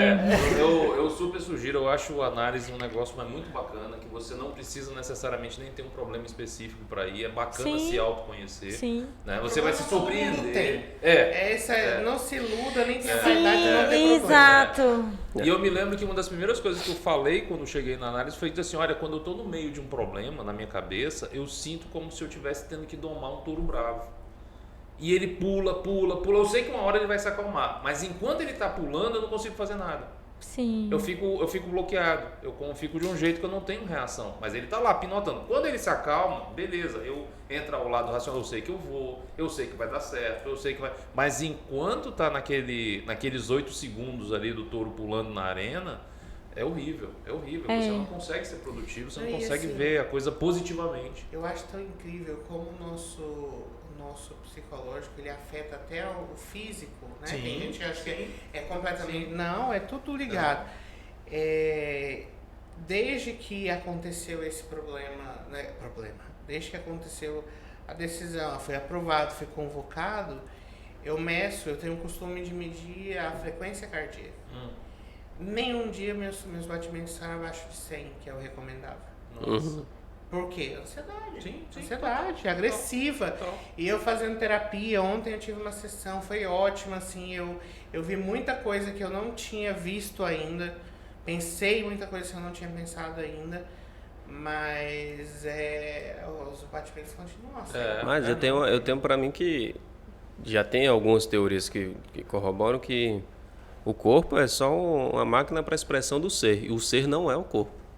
Ele se expressa pelo corpo, e quando o ser está deturpado, o corpo vai estar deturpado, não tem jeito. Eu acredito mais naquela premissa lá católica do corpo ser o templo do espírito, sabe? Sim, se o teu espírito tá ruim, o templo vai acompanhar, sabe? Você não tem exatamente. você pode até ter um templo bonito com espírito de porco. Isso é possível. Não, é igual a maçã, certeza. é igual a maçã linda mas por o fora, contrário, né? não. Eu não sei quem é, acho que é o Sêneca que diz assim: uma pessoa aleijada não necessariamente vai ter uma alma aleijada, mas uma pessoa que tem a sua alma aleijada certamente terá um corpo também aleijado. Eu acho que é Sêneca que fala isso. Então, assim, eu acredito muito nisso. O corpo o corpo fala, né? E ele só reverbera o que a gente está dentro da cabeça. Uma vez eu li sobre, tipo assim, o ser humano fede, né? Porque, obviamente, nós somos um campo de bactérias, então elas causam odor. Mas você já sentiu na verdade, o corpo cheira, né? Mas você já sentiu o péssimo fedor da alma que também fede, entendeu? Porque assim, você sente, você chega perto de pessoas tóxicas ou radioativas e você sente aquela presença, aquela coisa. Assim como existem pessoas muito boas que quando chegam no ambiente iluminam tudo, né? Minha mãe é assim, que você chega perto da pessoa, você sente paz, você sente tranquilidade. Então, assim, eu gostaria muito de ser uma pessoa assim, mas eu acho que para você mudar alguma coisa tão intrínseca, tão alma, é muito difícil. E eu sei, eu não sou uma pessoa que transmite paz, também não me sinto uma pessoa que transmite angústia. Mas, assim, eu gostaria de ser uma pessoa que transmite mais paz. Mais assim, paz, né? Não, pode falar. Não, é isso, assim, e porque eu vejo minha mãe, as pessoas procuram, minha mãe conhece alguém, meia hora depois a pessoa tá querendo conversar com a minha mãe, e minha mãe tem muito, aí tem os problemas, né, que a gente fala, todo mundo tem problema, minha mãe já tem um problema sério de se aceitar, de se impor e de se reconhecer, né? Resultado de uma família que ela era mais nova e sempre foi tratada como como é que eu posso dizer, a banana, assim, a mais, e no final ela é que chegou mais longe, assim, indiscutivelmente. Não que minhas tias, que são as irmãs dela, não sejam muito bem sucedidas, mas minha mãe... Se elas verem a gravação, vão ficar chateadas, eu não vou te chamar pra... Eu tenho um problema de ser sincerão, então eu falo meio na cara. Sincerite, né? Então eles estão acostumados no almoço de família. Então, e família é isso, gente. Na verdade. Aceitar a gente do jeitinho que a gente é. Família é isso. E tem alguma forma da gente, assim, quais seriam, pra gente evitar essas, digamos assim, esses gatilhos todos? Tem alguma forma de talvez tornar a coisa mais suave? É aí que tá, antes de responder, eu já ia te fazer essa pergunta, mas pegando ela e ampliando pro que possa ter no toque no direito também, né? A gente está vendo que a gente é bagunçado em todos os aspectos da vida, né? Mas as relações de trabalho têm uma importância muito grande na vida da pessoa. Sem trabalho, já era tudo, né? O mundo capitalista, o mundo atual, ele é estruturado para depender do trabalho. Então, como é que a gente pode se despertar para que a gente consiga ter relações mais saudáveis? Claro que fora do trabalho, mas no trabalho também. Então, esses gatilhos, como é que a gente pode lidar melhor com eles? Então, como eu acho que eu tentei responder isso numa outra pergunta que tu tinha feito, mais ou menos nessa linha. A partir do momento que você identifica isso, é ver saídas possíveis. Porque tem coisa que é do campo do impossível. É isso e é isso. Ou você aceita ou você sai fora. Realidade, né? Uai, E existem caminhos possíveis. Você pode dar uma contornada aqui, mudar de setor, falar com alguém, fazer uma terapia, porque às vezes a questão é você, né? Não são os outros, né? Enfim, mas procurar saídas possíveis e às vezes chegar à conclusão de que não tem saída possível, que ou você sai dali ou você aceita a condição que tem. E a continuidade nesse caminho acabaria num burnout da vida? Você não aceitar o que te tem ali e os caminhos possíveis, porque a gente pode olhar os caminhos e falar assim, putz, não quero nenhum. Né? Porque o nosso sofrimento é isso. É ver os caminhos e falar, não quero, eu quero o idealizado aqui, ó. O que perfeito, que eu não vou ofender ninguém, que todo mundo vai ser lindo, bonito, cheiroso, né? Que ninguém vai sofrer, que não vai ter danos colaterais. Não. Toda ação vai ter um dano colateral. E isso é uma grande angústia, além da morte, né? Que é o nosso maior castrador, dizer assim, amor, você vai morrer e acabou-se. Não tem o que fazer, lide com isso. Né? Que a única coisa é, como diria... O único fato irremediável, exato, né? como diria Chico, o único mal irremediável que todo mundo vai passar e iguala a todo mundo, que todo mundo vai para o mesmo lugar. Né? Rico, pobre, qualquer um vai para o mesmo lugar. Né, para debaixo da terra. É achar essa saída e escolha, né? Porque o neurótico tem isso também. Se eu escolho um caminho, eu estou perdendo o outro. Então, a grande angústia para um neurótico, seja ele qual for, seja histérico, obsessivo, enfim, seja ele qual estrutura clínica for, ele é tipo uma praça de alimentação. O maior terrível que tem é você escolher o que você vai comer. Escolher uma coisa e descarta outra. Dentro de muitas coisas, diante de todas as possibilidades, parece que se eu escolher, eu vou comer lá camarão, mas putz, e o sanduíche que tá? Olha esse sanduíche que lindo, olha a mesa do vizinho. O que mata, entendeu? Mata são as possibilidades. Exato. E aqui eu queria fazer até uma intervenção nesse, porque assim, não adianta, mas eu sou uma pessoa super, hiper, mega bem resolvida. Não. Mas você nem sempre será. Não, e sustentar. Eu, o grande lance é esse. Usando esse exemplo da frase de alimentação, eu sou fissurado por McDonald's. Eu adoro. Eu assumo que eu não tenho vergonha. Tô nem aí. Eu gosto, meu dinheiro, minha pança. Como é que você diz assim? O problema é teu, você que resolve, né? Então, mas assim, quando eu estou num local que tem, né, das vezes em que eu consegui viajar, mas que tem McDonald's, eu vou comer McDonald's. Aí no outro dia eu como McDonald's, no outro dia eu como McDonald's. Aí no outro dia, quarto dia eu não vou comer McDonald's não. O que eu vou comer agora? Então, pra tudo na vida é isso. Você pode ser super resolvido, mas em um determinado momento você não tá querendo aquilo. Não, e o grande lance depois da escolha é você sustentar a escolha que você fez. Que é esse que é o BO.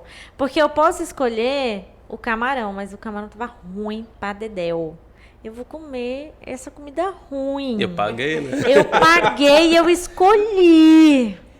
Entendeu? Eu conheci um casal que o cara pedia o prato dele, a moça pedia outra coisa. Quando chegava, ela trocava. Ela queria o dele. A loucura já começa daí. Não, né? Ela já não queria mais o dela, ela comia o dele. Chegou dele, ela olhou. Não, e aí qual foi a estratégia dele? É comer a mesma coisa que ela comia. Muito bom. Só que ela Pô, olha que exato, olha que bosta, né? Não sei se eu posso falar isso aqui, mas bosta. Mas, putz, se você tem que escolher outra coisa porque a sujeita não quer bancar a escolha dela. Eu acho até bonitinho meus pais, assim, tudo que um pede, ele pede sabendo que metade é dele, metade é do outro. Então, tipo assim, a gente vai no restaurante, nossa, a gente foi no restaurante em Cancún, tipo... Não, esse foi em Miami Beach, no terraço do hotel. Tipo, era um jantar de Natal, aí você pedia o prato, vinha o prato montadinho, coisa e tal. Aí, tipo assim, o senhor pode trazer outro prato? E eu... Não. Se escondendo, vai se esconder. Aí, por quê? Corta metade, passa metade. Acabou com a apresentação do prato, aí né? eles ficam... Eles são felizes assim. Sim, tipo acabou. assim, você fez a escolha, mas eu acho que isso é um relacionamento saudável até. Não. Você fez a escolha. Combinado e é combinado. Combinado eu é quero combinado. a sua escolha, eu quero fazer parte da sua escolha. Então eu acho que eles dão certo. Fizeram 40 anos de casado domingo. Porque divino é comida. Não, é porque não é só comida. Comida, tipo assim, É um simbólico. simbólico. Porque o emblemático é muito... todas as decisões são decisões para os dois. E eles dividem os louros, eles dividem os ônus. Então eu acho que é isso que é funcional. Sim. Eu acho que o grande problema. E outra coisa, aí vem até quando você estava falando, eu peguei o camarão e eu vou me forçar a comer. Também não é um problema. Eu nas terapias eu tenho chegado à conclusão, porque terapia é uma coisa. Se eu puder fazer até um parênteses dentro do parênteses que eu estou fazendo, então já é colchete, é que a gente nunca vai para terapia querendo que o terapeuta dê resposta. Quem tem que chegar na resposta é a gente. Então eu cheguei a uma conclusão há um certo tempo que um problema que a gente tem que lidar, que hoje é muito difícil de lidar, é com o fato de que às vezes é melhor desistir. Sim. O camarão tá te fazendo mal, você vai continuar comendo isso aí. E aí, é o que eu penso no meu concurso. Gente, é um concurso de professor federal, tem gente que mata e morre por um concurso desse. Sonho da vida, mas né? Mas tá me fazendo mal? Tchau. Tô lindo em Rio Branco, magro, eu espero, né? Mas, em Rio Branco de novo. Porque eu não vou me sujeitar, e hoje eu cheguei a essa conclusão, numa vida tão tenra, tão curta e tão fadada à morte. Tão curta, exatamente. Pra ficar sofrendo com uma coisa que realmente... eu tenho uma família para sustentar, eu tenho uma pessoa que eu cuido que é doente, eu preciso do dinheiro, o discurso é diferente. É outra coisa. Muito triste, mas é um discurso diferente. Graças a Deus, eu tenho um Ministério Público, eu não preciso disso. Então, e você tem a fé em você mesmo. Você sabe que você... A competência, né? Exato, você sabe. Essa é uma grande vantagem que eu acho do conhecimento. Outro dia eu ouvi uma frase que eu achei legal. Disse assim, o conhecimento técnico é um meio de liberdade. Quando você tem um bom conhecimento técnico, você realmente, se você é um bom profissional... Não que você vai ter isso em todas as vezes, mas você pode, de certa forma, escolher um caminho. Não, que tu está disposto a bancar. Exatamente. Você está disposto a bancar isso, ganhar menos, ganhar mais. Não fazer um trabalho que você ame, mas também são saídas possíveis. Escolhas conscientes, né? Exato, são saídas possíveis. Assim, não, eu vou bancar isso. E se eu não conseguir bancar, até virar e falar assim, não vou. Exato. Tchau. A única coisa, tipo assim, uma das únicas coisas na vida que não tem como voltar atrás é a morte. É morrer.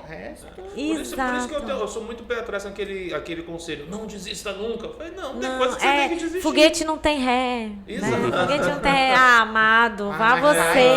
Não é isso. Também não tem freio, né? Tem coisa que a gente escolhe, tem coisa que a gente não escolhe. Se, por exemplo, o médico fala, você não pode comer, você não pode beber. Se eu bebo... Você não deve. Na verdade, poder a gente pode tudo nessa vida. A gente não tem coisa. Exato. É a mesma coisa, né? Quando você tem uma criança e tal, tá ali, meu filho, o Capelato dá esse exemplo da fase anal infantil, né? Que é dessa fase dos 3 anos ali, que a criança tá... começando a se controlar, né? Ter controle dos esfíncteres e tal, dos limites e não sei o que, até onde pode ir. Por isso que eles são extremamente... Tua sobrinha deve ter, por isso que ela é irada. Ela é irada porque ela tá entrando nessa fase, assim, do desfraude, né? Porque a gente é irado, né? A gente nasce irado e pra gente dar uma saída, vazão pra sair, a gente inventa o amor, né? A gente tem que se amar, a gente tem que, né, dividir, senão a gente se mata. A gente se mata. Tem essa saída, não. E aí o Capelato fala que o grande lance, inclusive, hoje, é a gente falar do nosso desejo, né? Meu desejo é esse, não faça. Então, ele tá lá com a criança, meu filho, me dê essa faca, porque eu não quero que você mate seu irmão. Se você não vai matar seu irmão, porque eu não quero. Acabou, ponto, né? Quando a gente tá falando de educação infantil. Porque a gente pode tirar a vida de alguém. Né? A gente não deve. Juridicamente, tal. Eu posso a grande pergunta é, eu posso ser assediador, mas a pergunta é por que eu sou assediador, né? Eu posso me submeter ao assédio, mas por que eu estou me submetendo a esse assédio?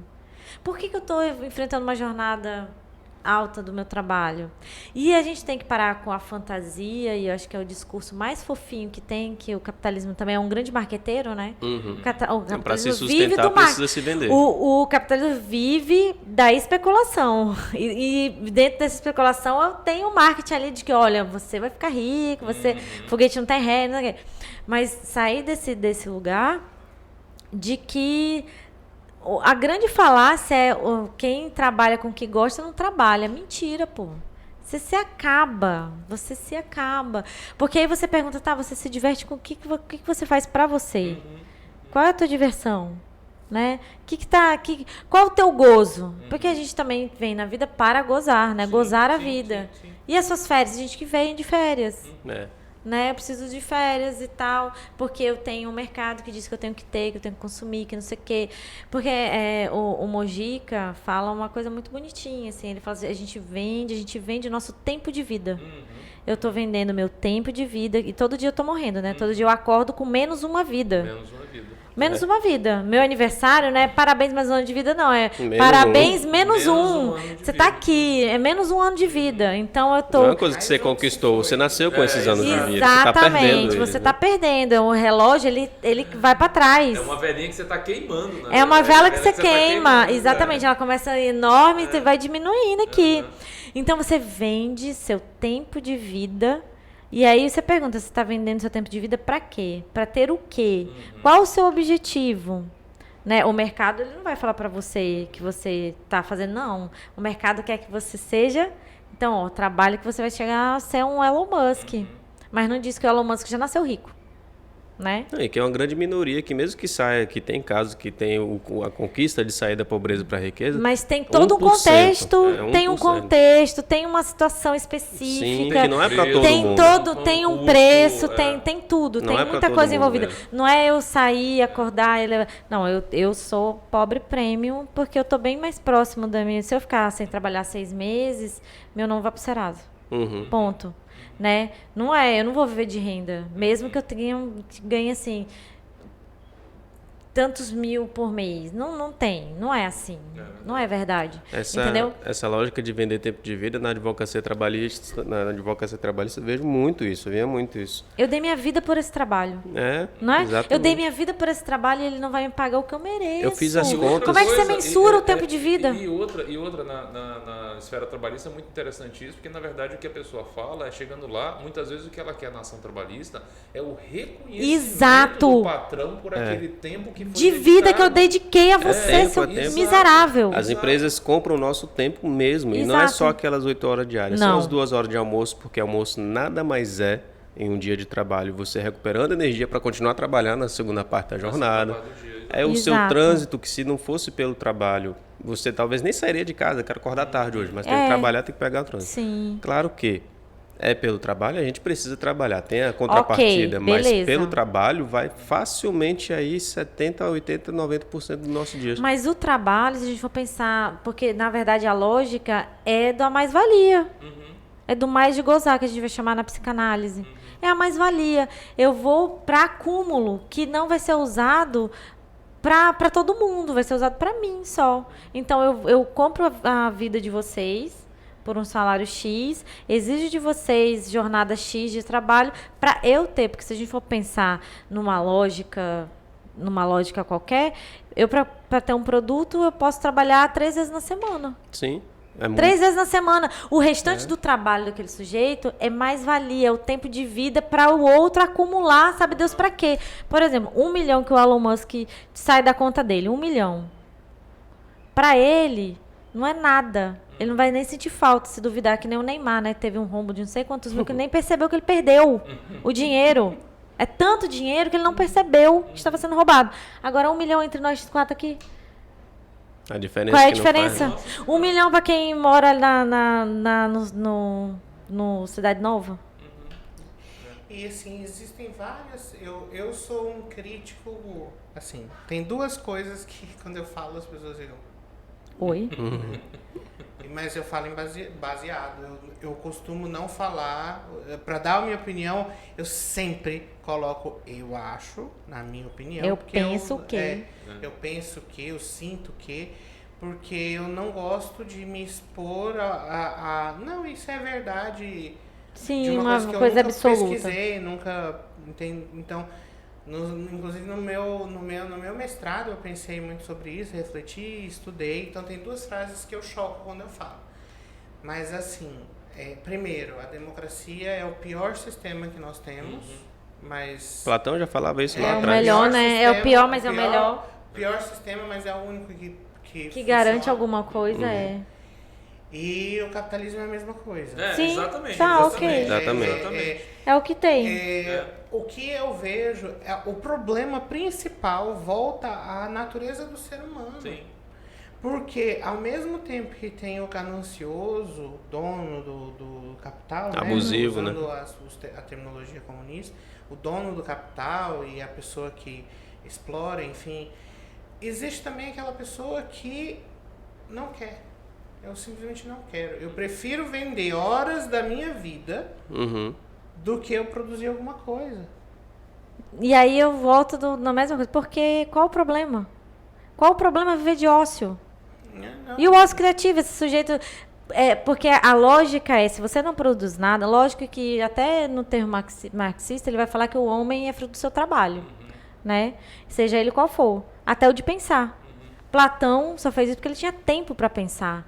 O Isaac Newton tá debaixo de uma macieira quando ele descobriu. Ele tava em ócio, porra. Tava no meio da pandemia. Foi mal. Não, à vontade. Ele tava no Tava meio da em pandemia. ócio. A gente só produz beleza em ócio. Sim. Vocês Entendeu? tiveram a sensação de que vocês têm um problema para resolver e você vai tomar banho e ocorre Eu a faço solução? isso, por sinal, conscientemente. É isso que eu ia falar. Eu durmo. Isso que eu ia falar. Às vezes, quando eu travo num problema, eu paro, eu durmo e de manhã, geralmente, eu tenho a solução. Como que é o nome do cientista? Me fugiu completamente, que fala eureka, porque ele... É o Galileu Galilei. Não, é o Galileu, não. É o da que água ele- que é, mergulhou sim, na água que e ele do lembrou volume da da água. volume, É. volume da... É exatamente isso. Às vezes, o ócio é mais conducive, é mais Produtivo, producente do que Mas o Lúcio disse que usa esforço isso consciente. exacerbado. Eu também, desde que eu estudava biologia, porque na biologia a gente estudava pedagogia, licenciatura, neurologia, até na faculdade a gente chegou a estudar. Então eu passei a criar uma técnica que depois eu trabalhei com publicidade, precisei muito disso, que é o seguinte: eu pesquiso, eu trabalho. Na maioria das vezes, naquele trabalho árduo, contínuo, não sai nada. Nada mesmo, sai porcaria. Eu olho pro negócio e falei, rapaz, que coisa feia que eu fiz. E isso era muito comum. E aí eu ia fazer qualquer outra coisa da vida. Ali vinha a ideia.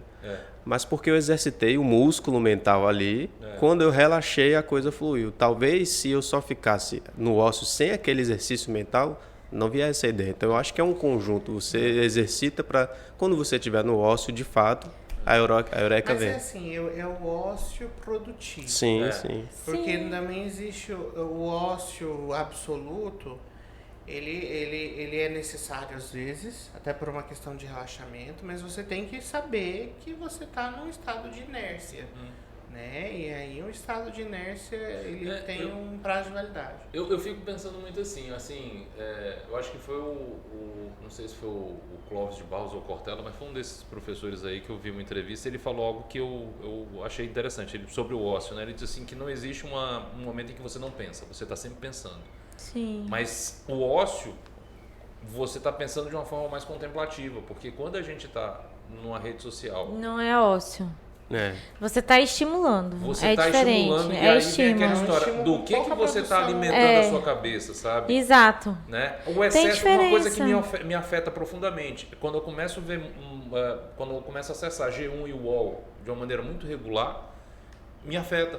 Claro. As notícias ruins me afetam. Claro. É porque esse ócio que a gente passa na internet, ele é direcionado e não é direcionado por nós, é direcionado por terceiros. Exatamente. Porque quem está controlando, seja os donos das ferramentas ou os usuários, quem está controlando aquele conteúdo não é você. Exatamente. Por mais que tenha lá o algoritmo que vê, olha, o Lúcio gosta disso, daquilo, vamos mostrar. Mas não foi você quem produziu aquele conteúdo. Exatamente. Né? Eles tiram de mim a possibilidade da escolha. Exatamente. Sim, mas a todo momento, eu concordo, eu discordo que o capitalismo não é um dos melhores. Eu acho que existem outros sistemas melhores, porque é justamente isso. Dá uma falsa sensação, eu acho que o capitalismo tem muito isso, como eu disse, ele é um bom marqueteiro. E ele vende muito bem o seu produto. Exatamente. Então, eu tenho a falsa sensação de que eu estou escolhendo. Essa que é a verdade. O capitalismo dá isso. Né? Ele te dá essa falsa sensação. Eu tenho um livre mercado para escolher. Não tem, amor. Porque o dono daquela rede de supermercado é dono de todas as lojinhas que tem ao redor, só que com o mesmo nome. Mas é tudo de uma pessoa só. Se a gente pensar na questão educacional, tem acho que duas grandes famílias, grandes grupos que são donos de todas as faculdades particulares, todas, tirando uma ou duas ali, regionalizadas, pequenas, não foram vendidos exatamente, mas o restante é a mesma. E você está achando que você está comprando produto diferente, né? E não é, entendeu? Então, assim, a minha crítica, assim, nem estou dizendo, mas a minha crítica é essa. E isso afeta diretamente a gente. Sim. Porque a gente está sempre achando que a gente está cagado. Sabe que a gente é fracassado, que a gente está fracassando. Sim. Porque tem um mercado ali fora dizendo que você vai ser um Elon Musk. E você não vai chegar lá. Então você tem uma impressão, uma crença que eu ouço muito dos colegas advogados, eu não vou dizer se é bom ou ruim, mas não faz parte das minhas. De achar, por exemplo, que um advogado com um carro inferior não atrai cliente. Pronto. Concordo com você. Não é interessante? Olha a lógica. Olha a lógica da imagem. Então, se eu tiver uma boa imagem, eu tenho... sabe? Então, tudo... Adorno, o filósofo Adorno vai trabalhar isso. Ele vai falar que o mercado, ele está sempre a serviço do mercado. Sim. Então, eu tenho que montar uma figura que você tem que se idealizar naquela figura para você ser alguma coisa e correr atrás daquilo ali.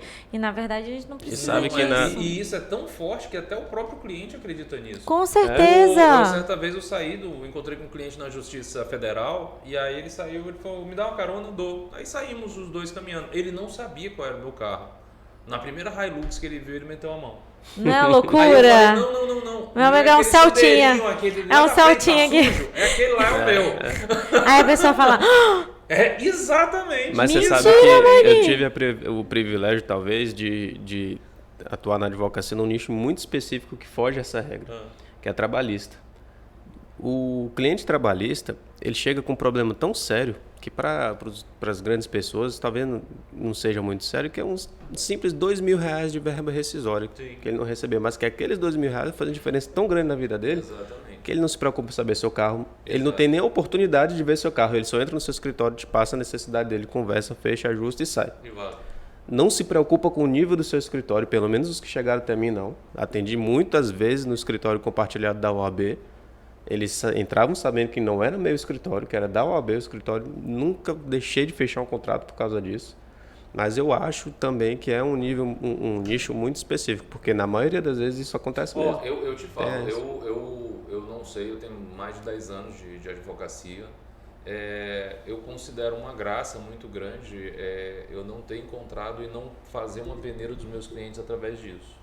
Eu acho que nenhum dos clientes que acabaram fidelizando comigo ao longo dessa jornada levou isso em consideração, fez isso pelos carros que eu tinha ou pelo ambiente que eu tinha, porque muito pelo contrário. Eu me lembro que o primeiro escritório que eu tive foi nessa mesma sala aqui, que era uma sala conjugada ao resto da casa. Ela não era separada, não tinha estrutura, era uma mesa com tinha entrada para dentro de casa. Tinha entrada para dentro de casa, as cadeiras eram cadeiras da cozinha. Então, assim, se a pessoa fosse medir por isso, eu jamais teria ajudado, já não ia conseguir. Né?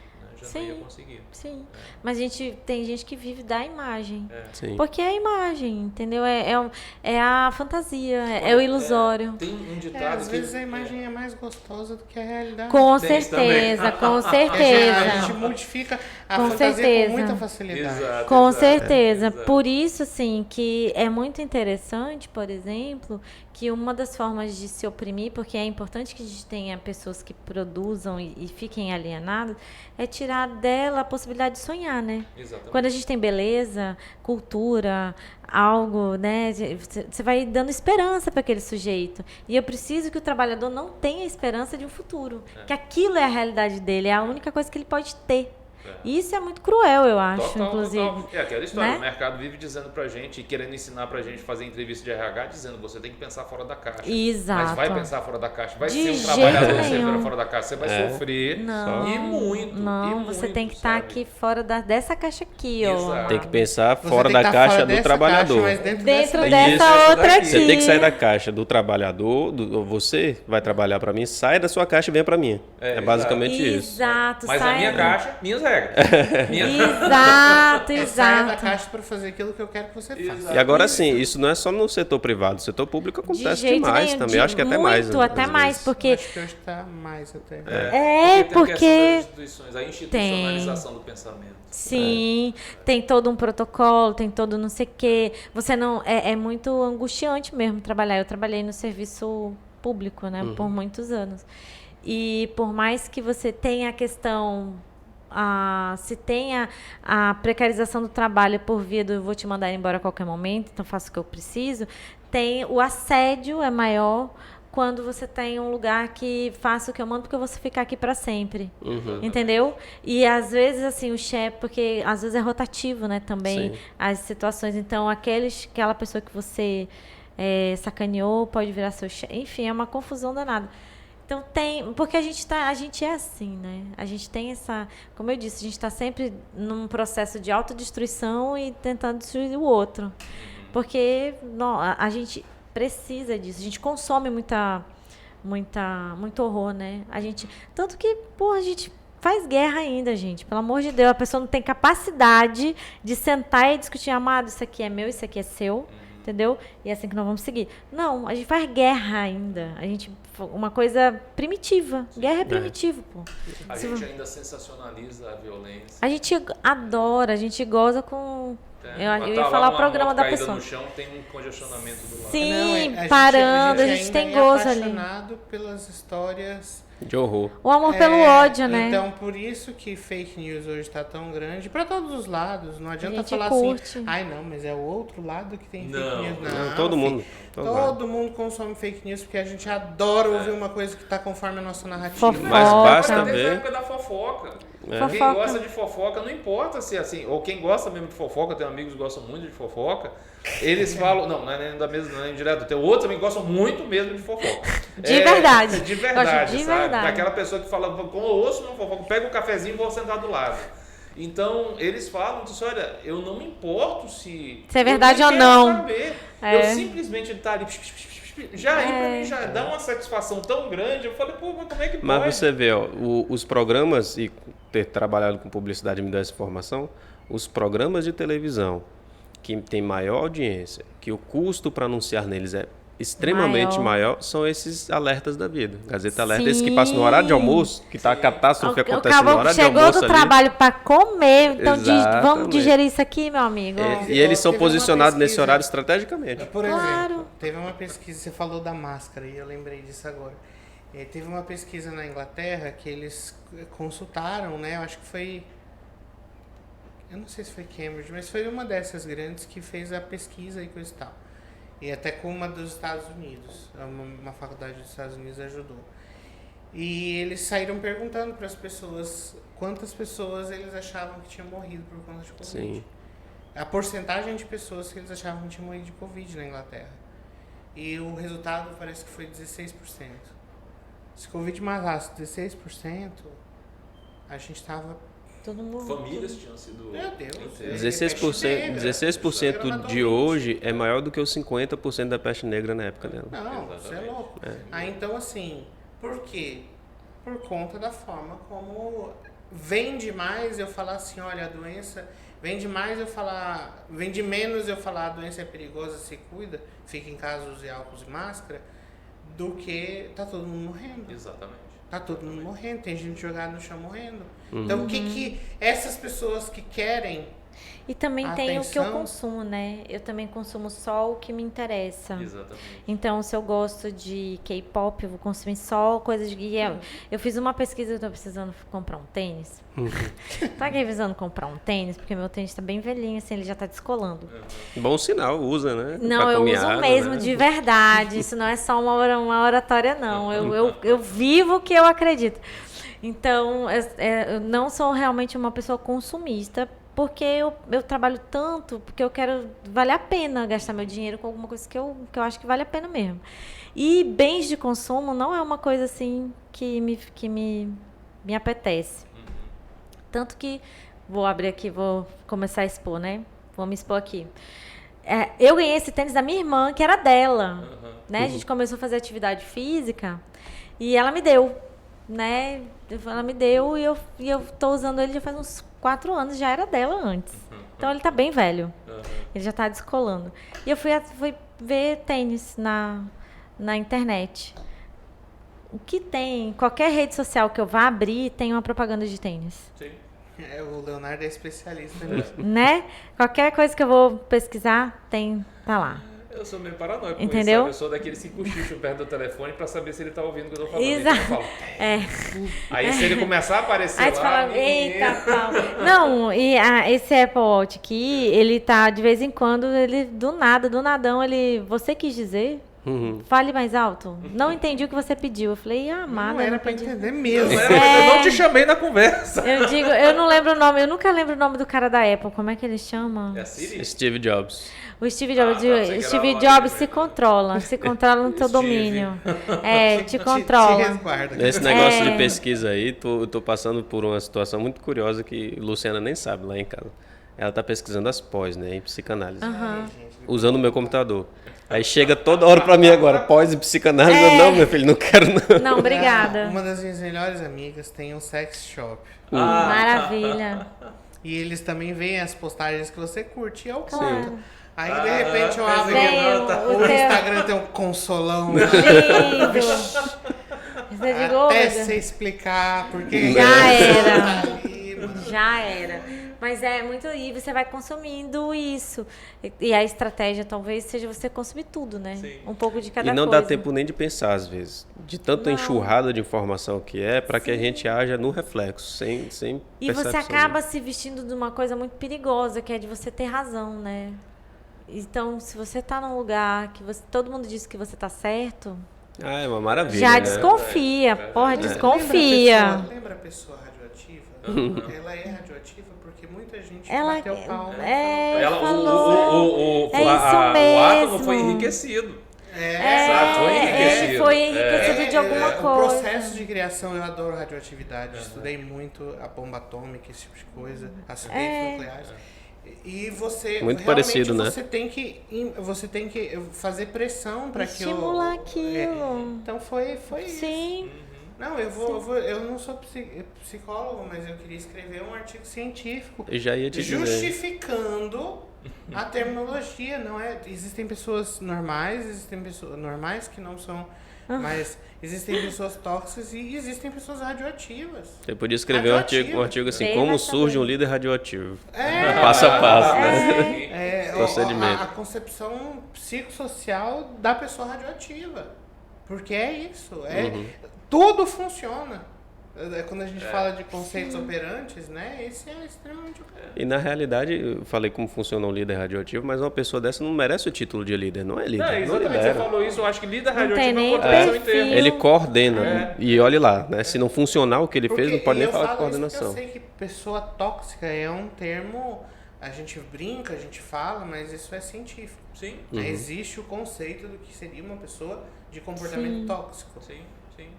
Eu acho que no final das contas a sociedade de consumo acaba por consumir a gente, né? No final das contas. Sim, Mais do que as sim. coisas, ou juntamente Sim, com as coisas. a Quem gente- consumida é a gente, né? Exato, a gente passa a ser produto agora. É o que a gente sempre fala, a coisificação. Né? Exato, a gente deixa Tira o isso. valor humano. Exato. E eu acho que o grande discurso aí agora é meu contra-argumento do sistema que nós temos é isso. A minha proposta é a gente humanizar. Não é, enfim, Mas uma aí, revolução armada. Isso faz todo Né? sentido. Não é uma revolução armada, mas é uma revolução humanitária. Quando você para de pensar as pessoas como produto, você passa a humanizar elas. E o capitalismo não pode humanizar as pessoas, porque senão ele não consegue ser cruel. Você sabe que ele... Mas quando eu falo mais no sentido assim, que hoje, as ideias que nós tivemos até hoje, nenhuma funcionou. E o capitalismo também não está funcionando. Então tá na hora da gente tá inventar feio, alguma né? coisa. Mas o que tem que sustentou o capitalismo é justamente ligado à humanização, é que toda crise que... Graças a Deus a gente é autônomo de energia com a bateria do notebook aqui. Deu uma queda de energia aqui, tá, gente? Por isso a televisão desligou ali. Toda crise que o capitalismo passa, ele se aperfeiçoa. Mas não para se tornar um sistema mais humano. Não. Ele se torna um sistema aparentemente mais humano. Pra melhorar isso, vai ter que ser Ele dá a mãozinha para Ele preservar fala, o olha, braço. eu vou abrir um pouquinho desse pedacinho aqui. Tá vendo como eu sou Já ouviu legal, mais falar humano? que é greenwashing? Não. Greenwashing é um processo em que as empresas Wi-Fi deve ter caído, não vai conectar, não. se vendem como empresas que se preocupam com a questão do meio ambiente. Sim, o marketing social, Sim, ambiental, Então, né? assim, existe o greenwashing, que é para a questão ambiental, pinkwashing, que é a questão das mulheres. Mais recentemente estão falando até do purple washing, que é Da comunidade, LGBTQIA+. Então, assim, até isso ele aprendeu a falar. Sim. A vender virtude que, na verdade, ele não tem. Exato, é maravilhoso. Eu acho genial. Eu acho genial. Porque é genial, gente, é genial. Ele inclusive, ele vende tudo. Tudo é dinheiro. Tudo é O comercializado. tempo é dinheiro, gente. Putz, tempo é dinheiro. Tem aquele filme com o Justin Timberlake, acho que o nome, só lembro pelo nome inglês, o Time, que é estampado cronológico. De fato, ele trabalha, ganha horas de vida, que basta a maquininha e aumenta a horas de vida dele. É muito interessante. Outra coisa também interessante dentro desse processo é o que eles chamam de astroturfing. AstroTurf é uma marca americana de capim sintético. Bonito, eu já vi, inclusive. E parece capim de verdade, você cola aquilo na terra, ali não nasce mais nada, ele não cresce, você não precisa cortar, sempre vai ficar bonitinho. Para a vida toda. Só que isso é falso. Isso é falso e você tem que matar tudo que está embaixo, porque não vai crescer. Oh, Deus. E então, e as empresas fazem isso. Tipo assim, elas se vendem como, não, eu sou uma empresa que respeita. Junho é o mês disso, né? Não, eu respeito a diferença. Tem um filme que fala muito bem disso, e antigo, eu acho que todo mundo aqui já viu, que é o Beleza Americana. Sim, Porque e é um filme belíssimo, né? O nome Beleza Americana é porque lá nos Estados Unidos aquela flor vermelha, bonita, só que de plástico, é chamada de American Beauty. Então é uma beleza artificial. Sim. Essa é a ironia do Melhor título do filme, né? Então, título. assim, de você ver uma coisa, por isso que tem aquela cena das pétalas, caindo e tudo mais, é a beleza artificial das flores. Que é disso que ele começa a se questionar, né? Ele já tá na meia idade e ele começa a questionar, putz, tô aqui, perfeito, a minha vida é perfeita. Todo mundo queria ter uma vida como essa. E ele tá todo destruído, né? Completamente. Totalmente. Na verdade, passou a vida inteira. Precisando urgentemente de psicanálise. Aquele filme sempre me lembra a história. Uma vez eu conversando com um amigo, eu falei, como é que você colocaria? Eu falei, não, todo mundo naquele filme é normal. Esse é que é o problema. Todo mundo ali é normal. Todo mundo é normal. É aqui. Ali é a vida que todo mundo Mas tem. aí é que tá, ele perdeu, de fato, a vida inteira para alcançar aquilo, que era uma meta social que talvez nem dele era, né?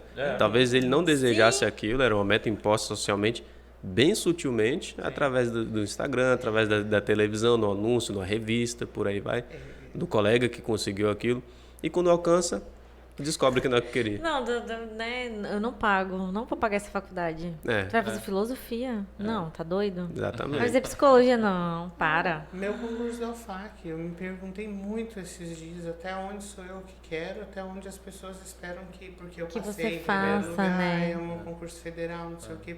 Como assim você não vai? Você tem que oportunidade responder dele. aos sonhos e às expectativas que eu criei pra você. E sonhos e expectativas que às vezes a pessoa nem tinha, mas quando eu falo, ela tem. Exato, sim. Então, tipo assim, não, mas você tem que ir, porque se eu estivesse no seu lugar, se você estivesse no seu lugar, você tinha que lidar com as minhas psicológicas. Exatamente. Com as minhas neuras e tudo. Não pega só isso, não pega os problemas também, a gente divide, não tem problema. Como é que o povo diz? Quem vê o corre, quem vê o... O close não vê o corre. Quem vê o close não vê o corre. É verdade. Não sabe o quão difícil é pra mim, entendeu?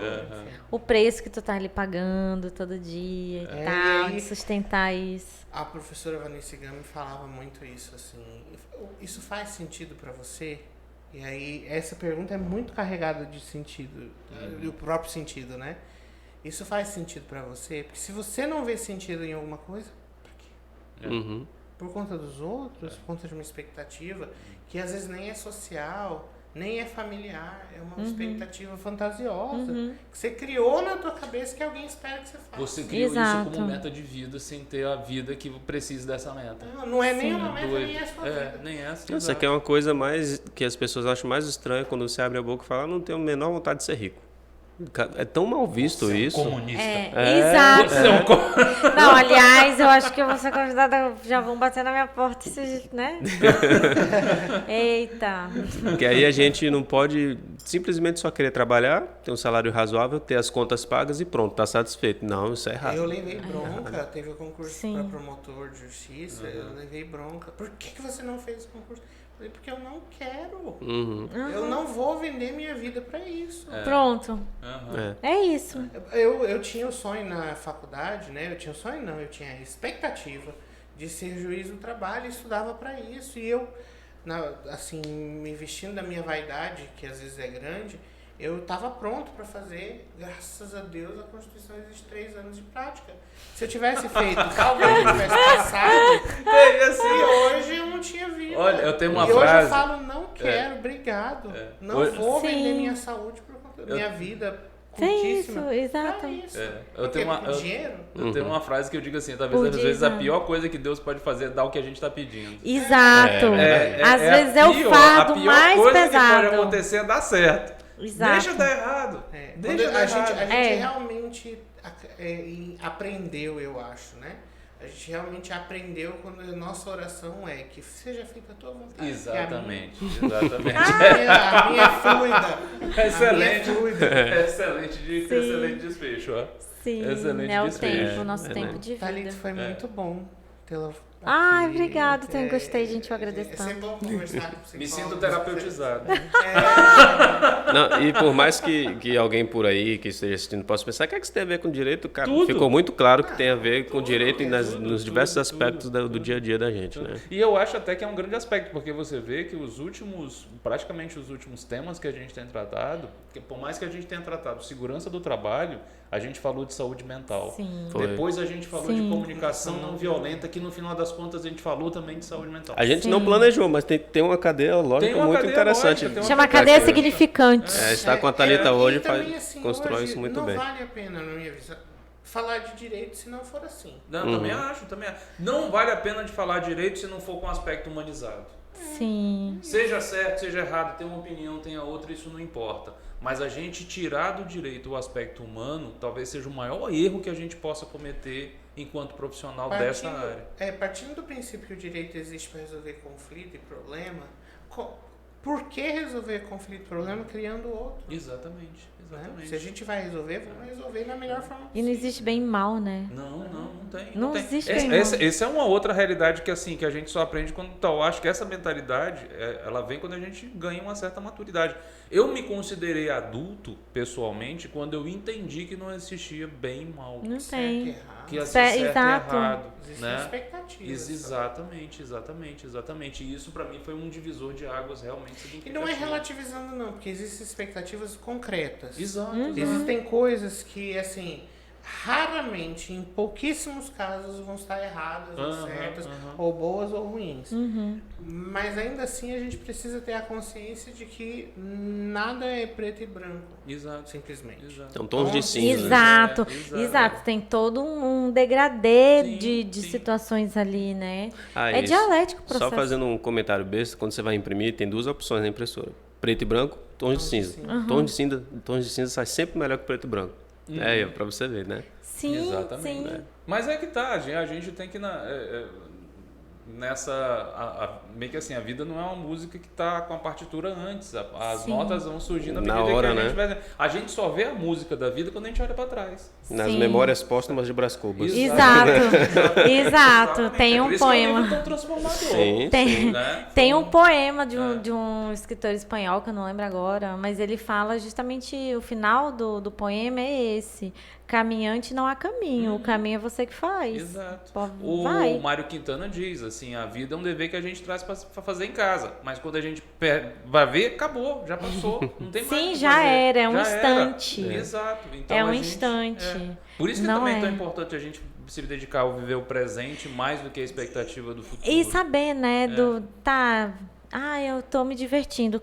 Eu tô me divertindo lendo coisas jurídicas. Não, você tá trabalhando.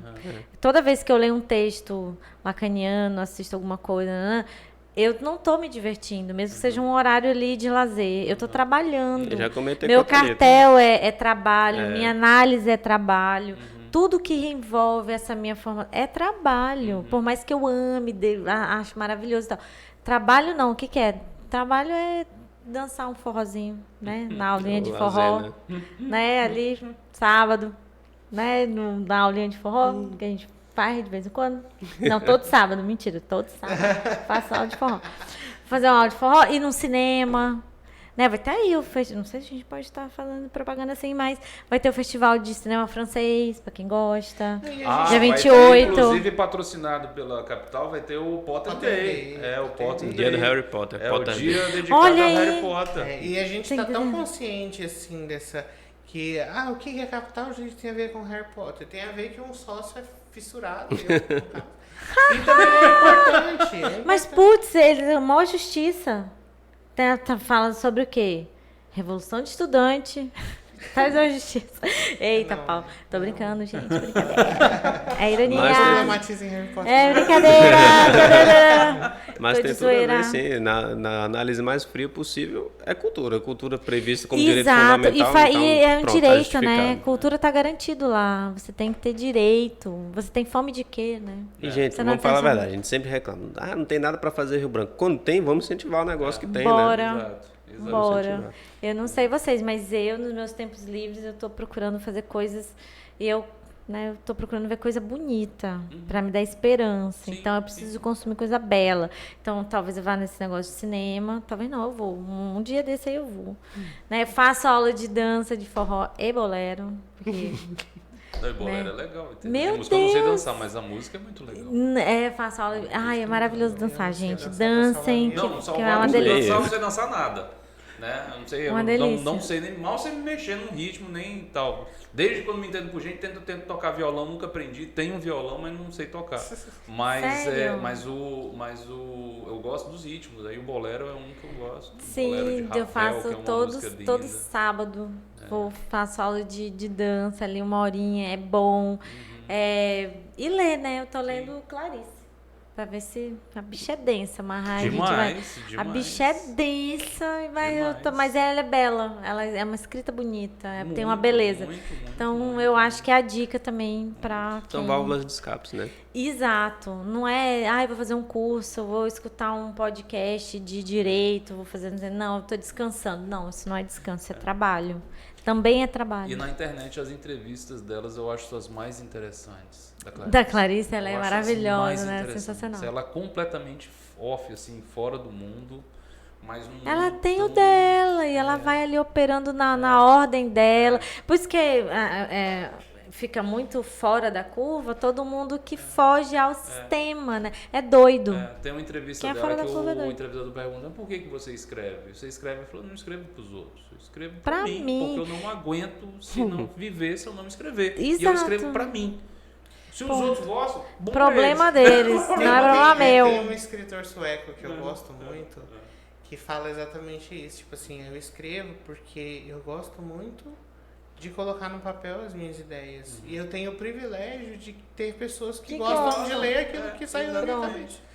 Porque o dia que eu escrever alguma coisa que as pessoas não querem ler, elas não vão ler, mas eu vou publicar. É meu. Exatamente. Pra acabou. mim, eu tô fazendo isso pra mim. Exatamente. É isso. Exatamente. E assim, teoricamente, devia ser mais ou menos assim. Brigadão. Valeu, Thalita. Obrigado. Muito legal. Também adorei, gente. Obrigada. Me convidem mais vezes. Vai vir, sim. Oferecida, me convidem mais vezes.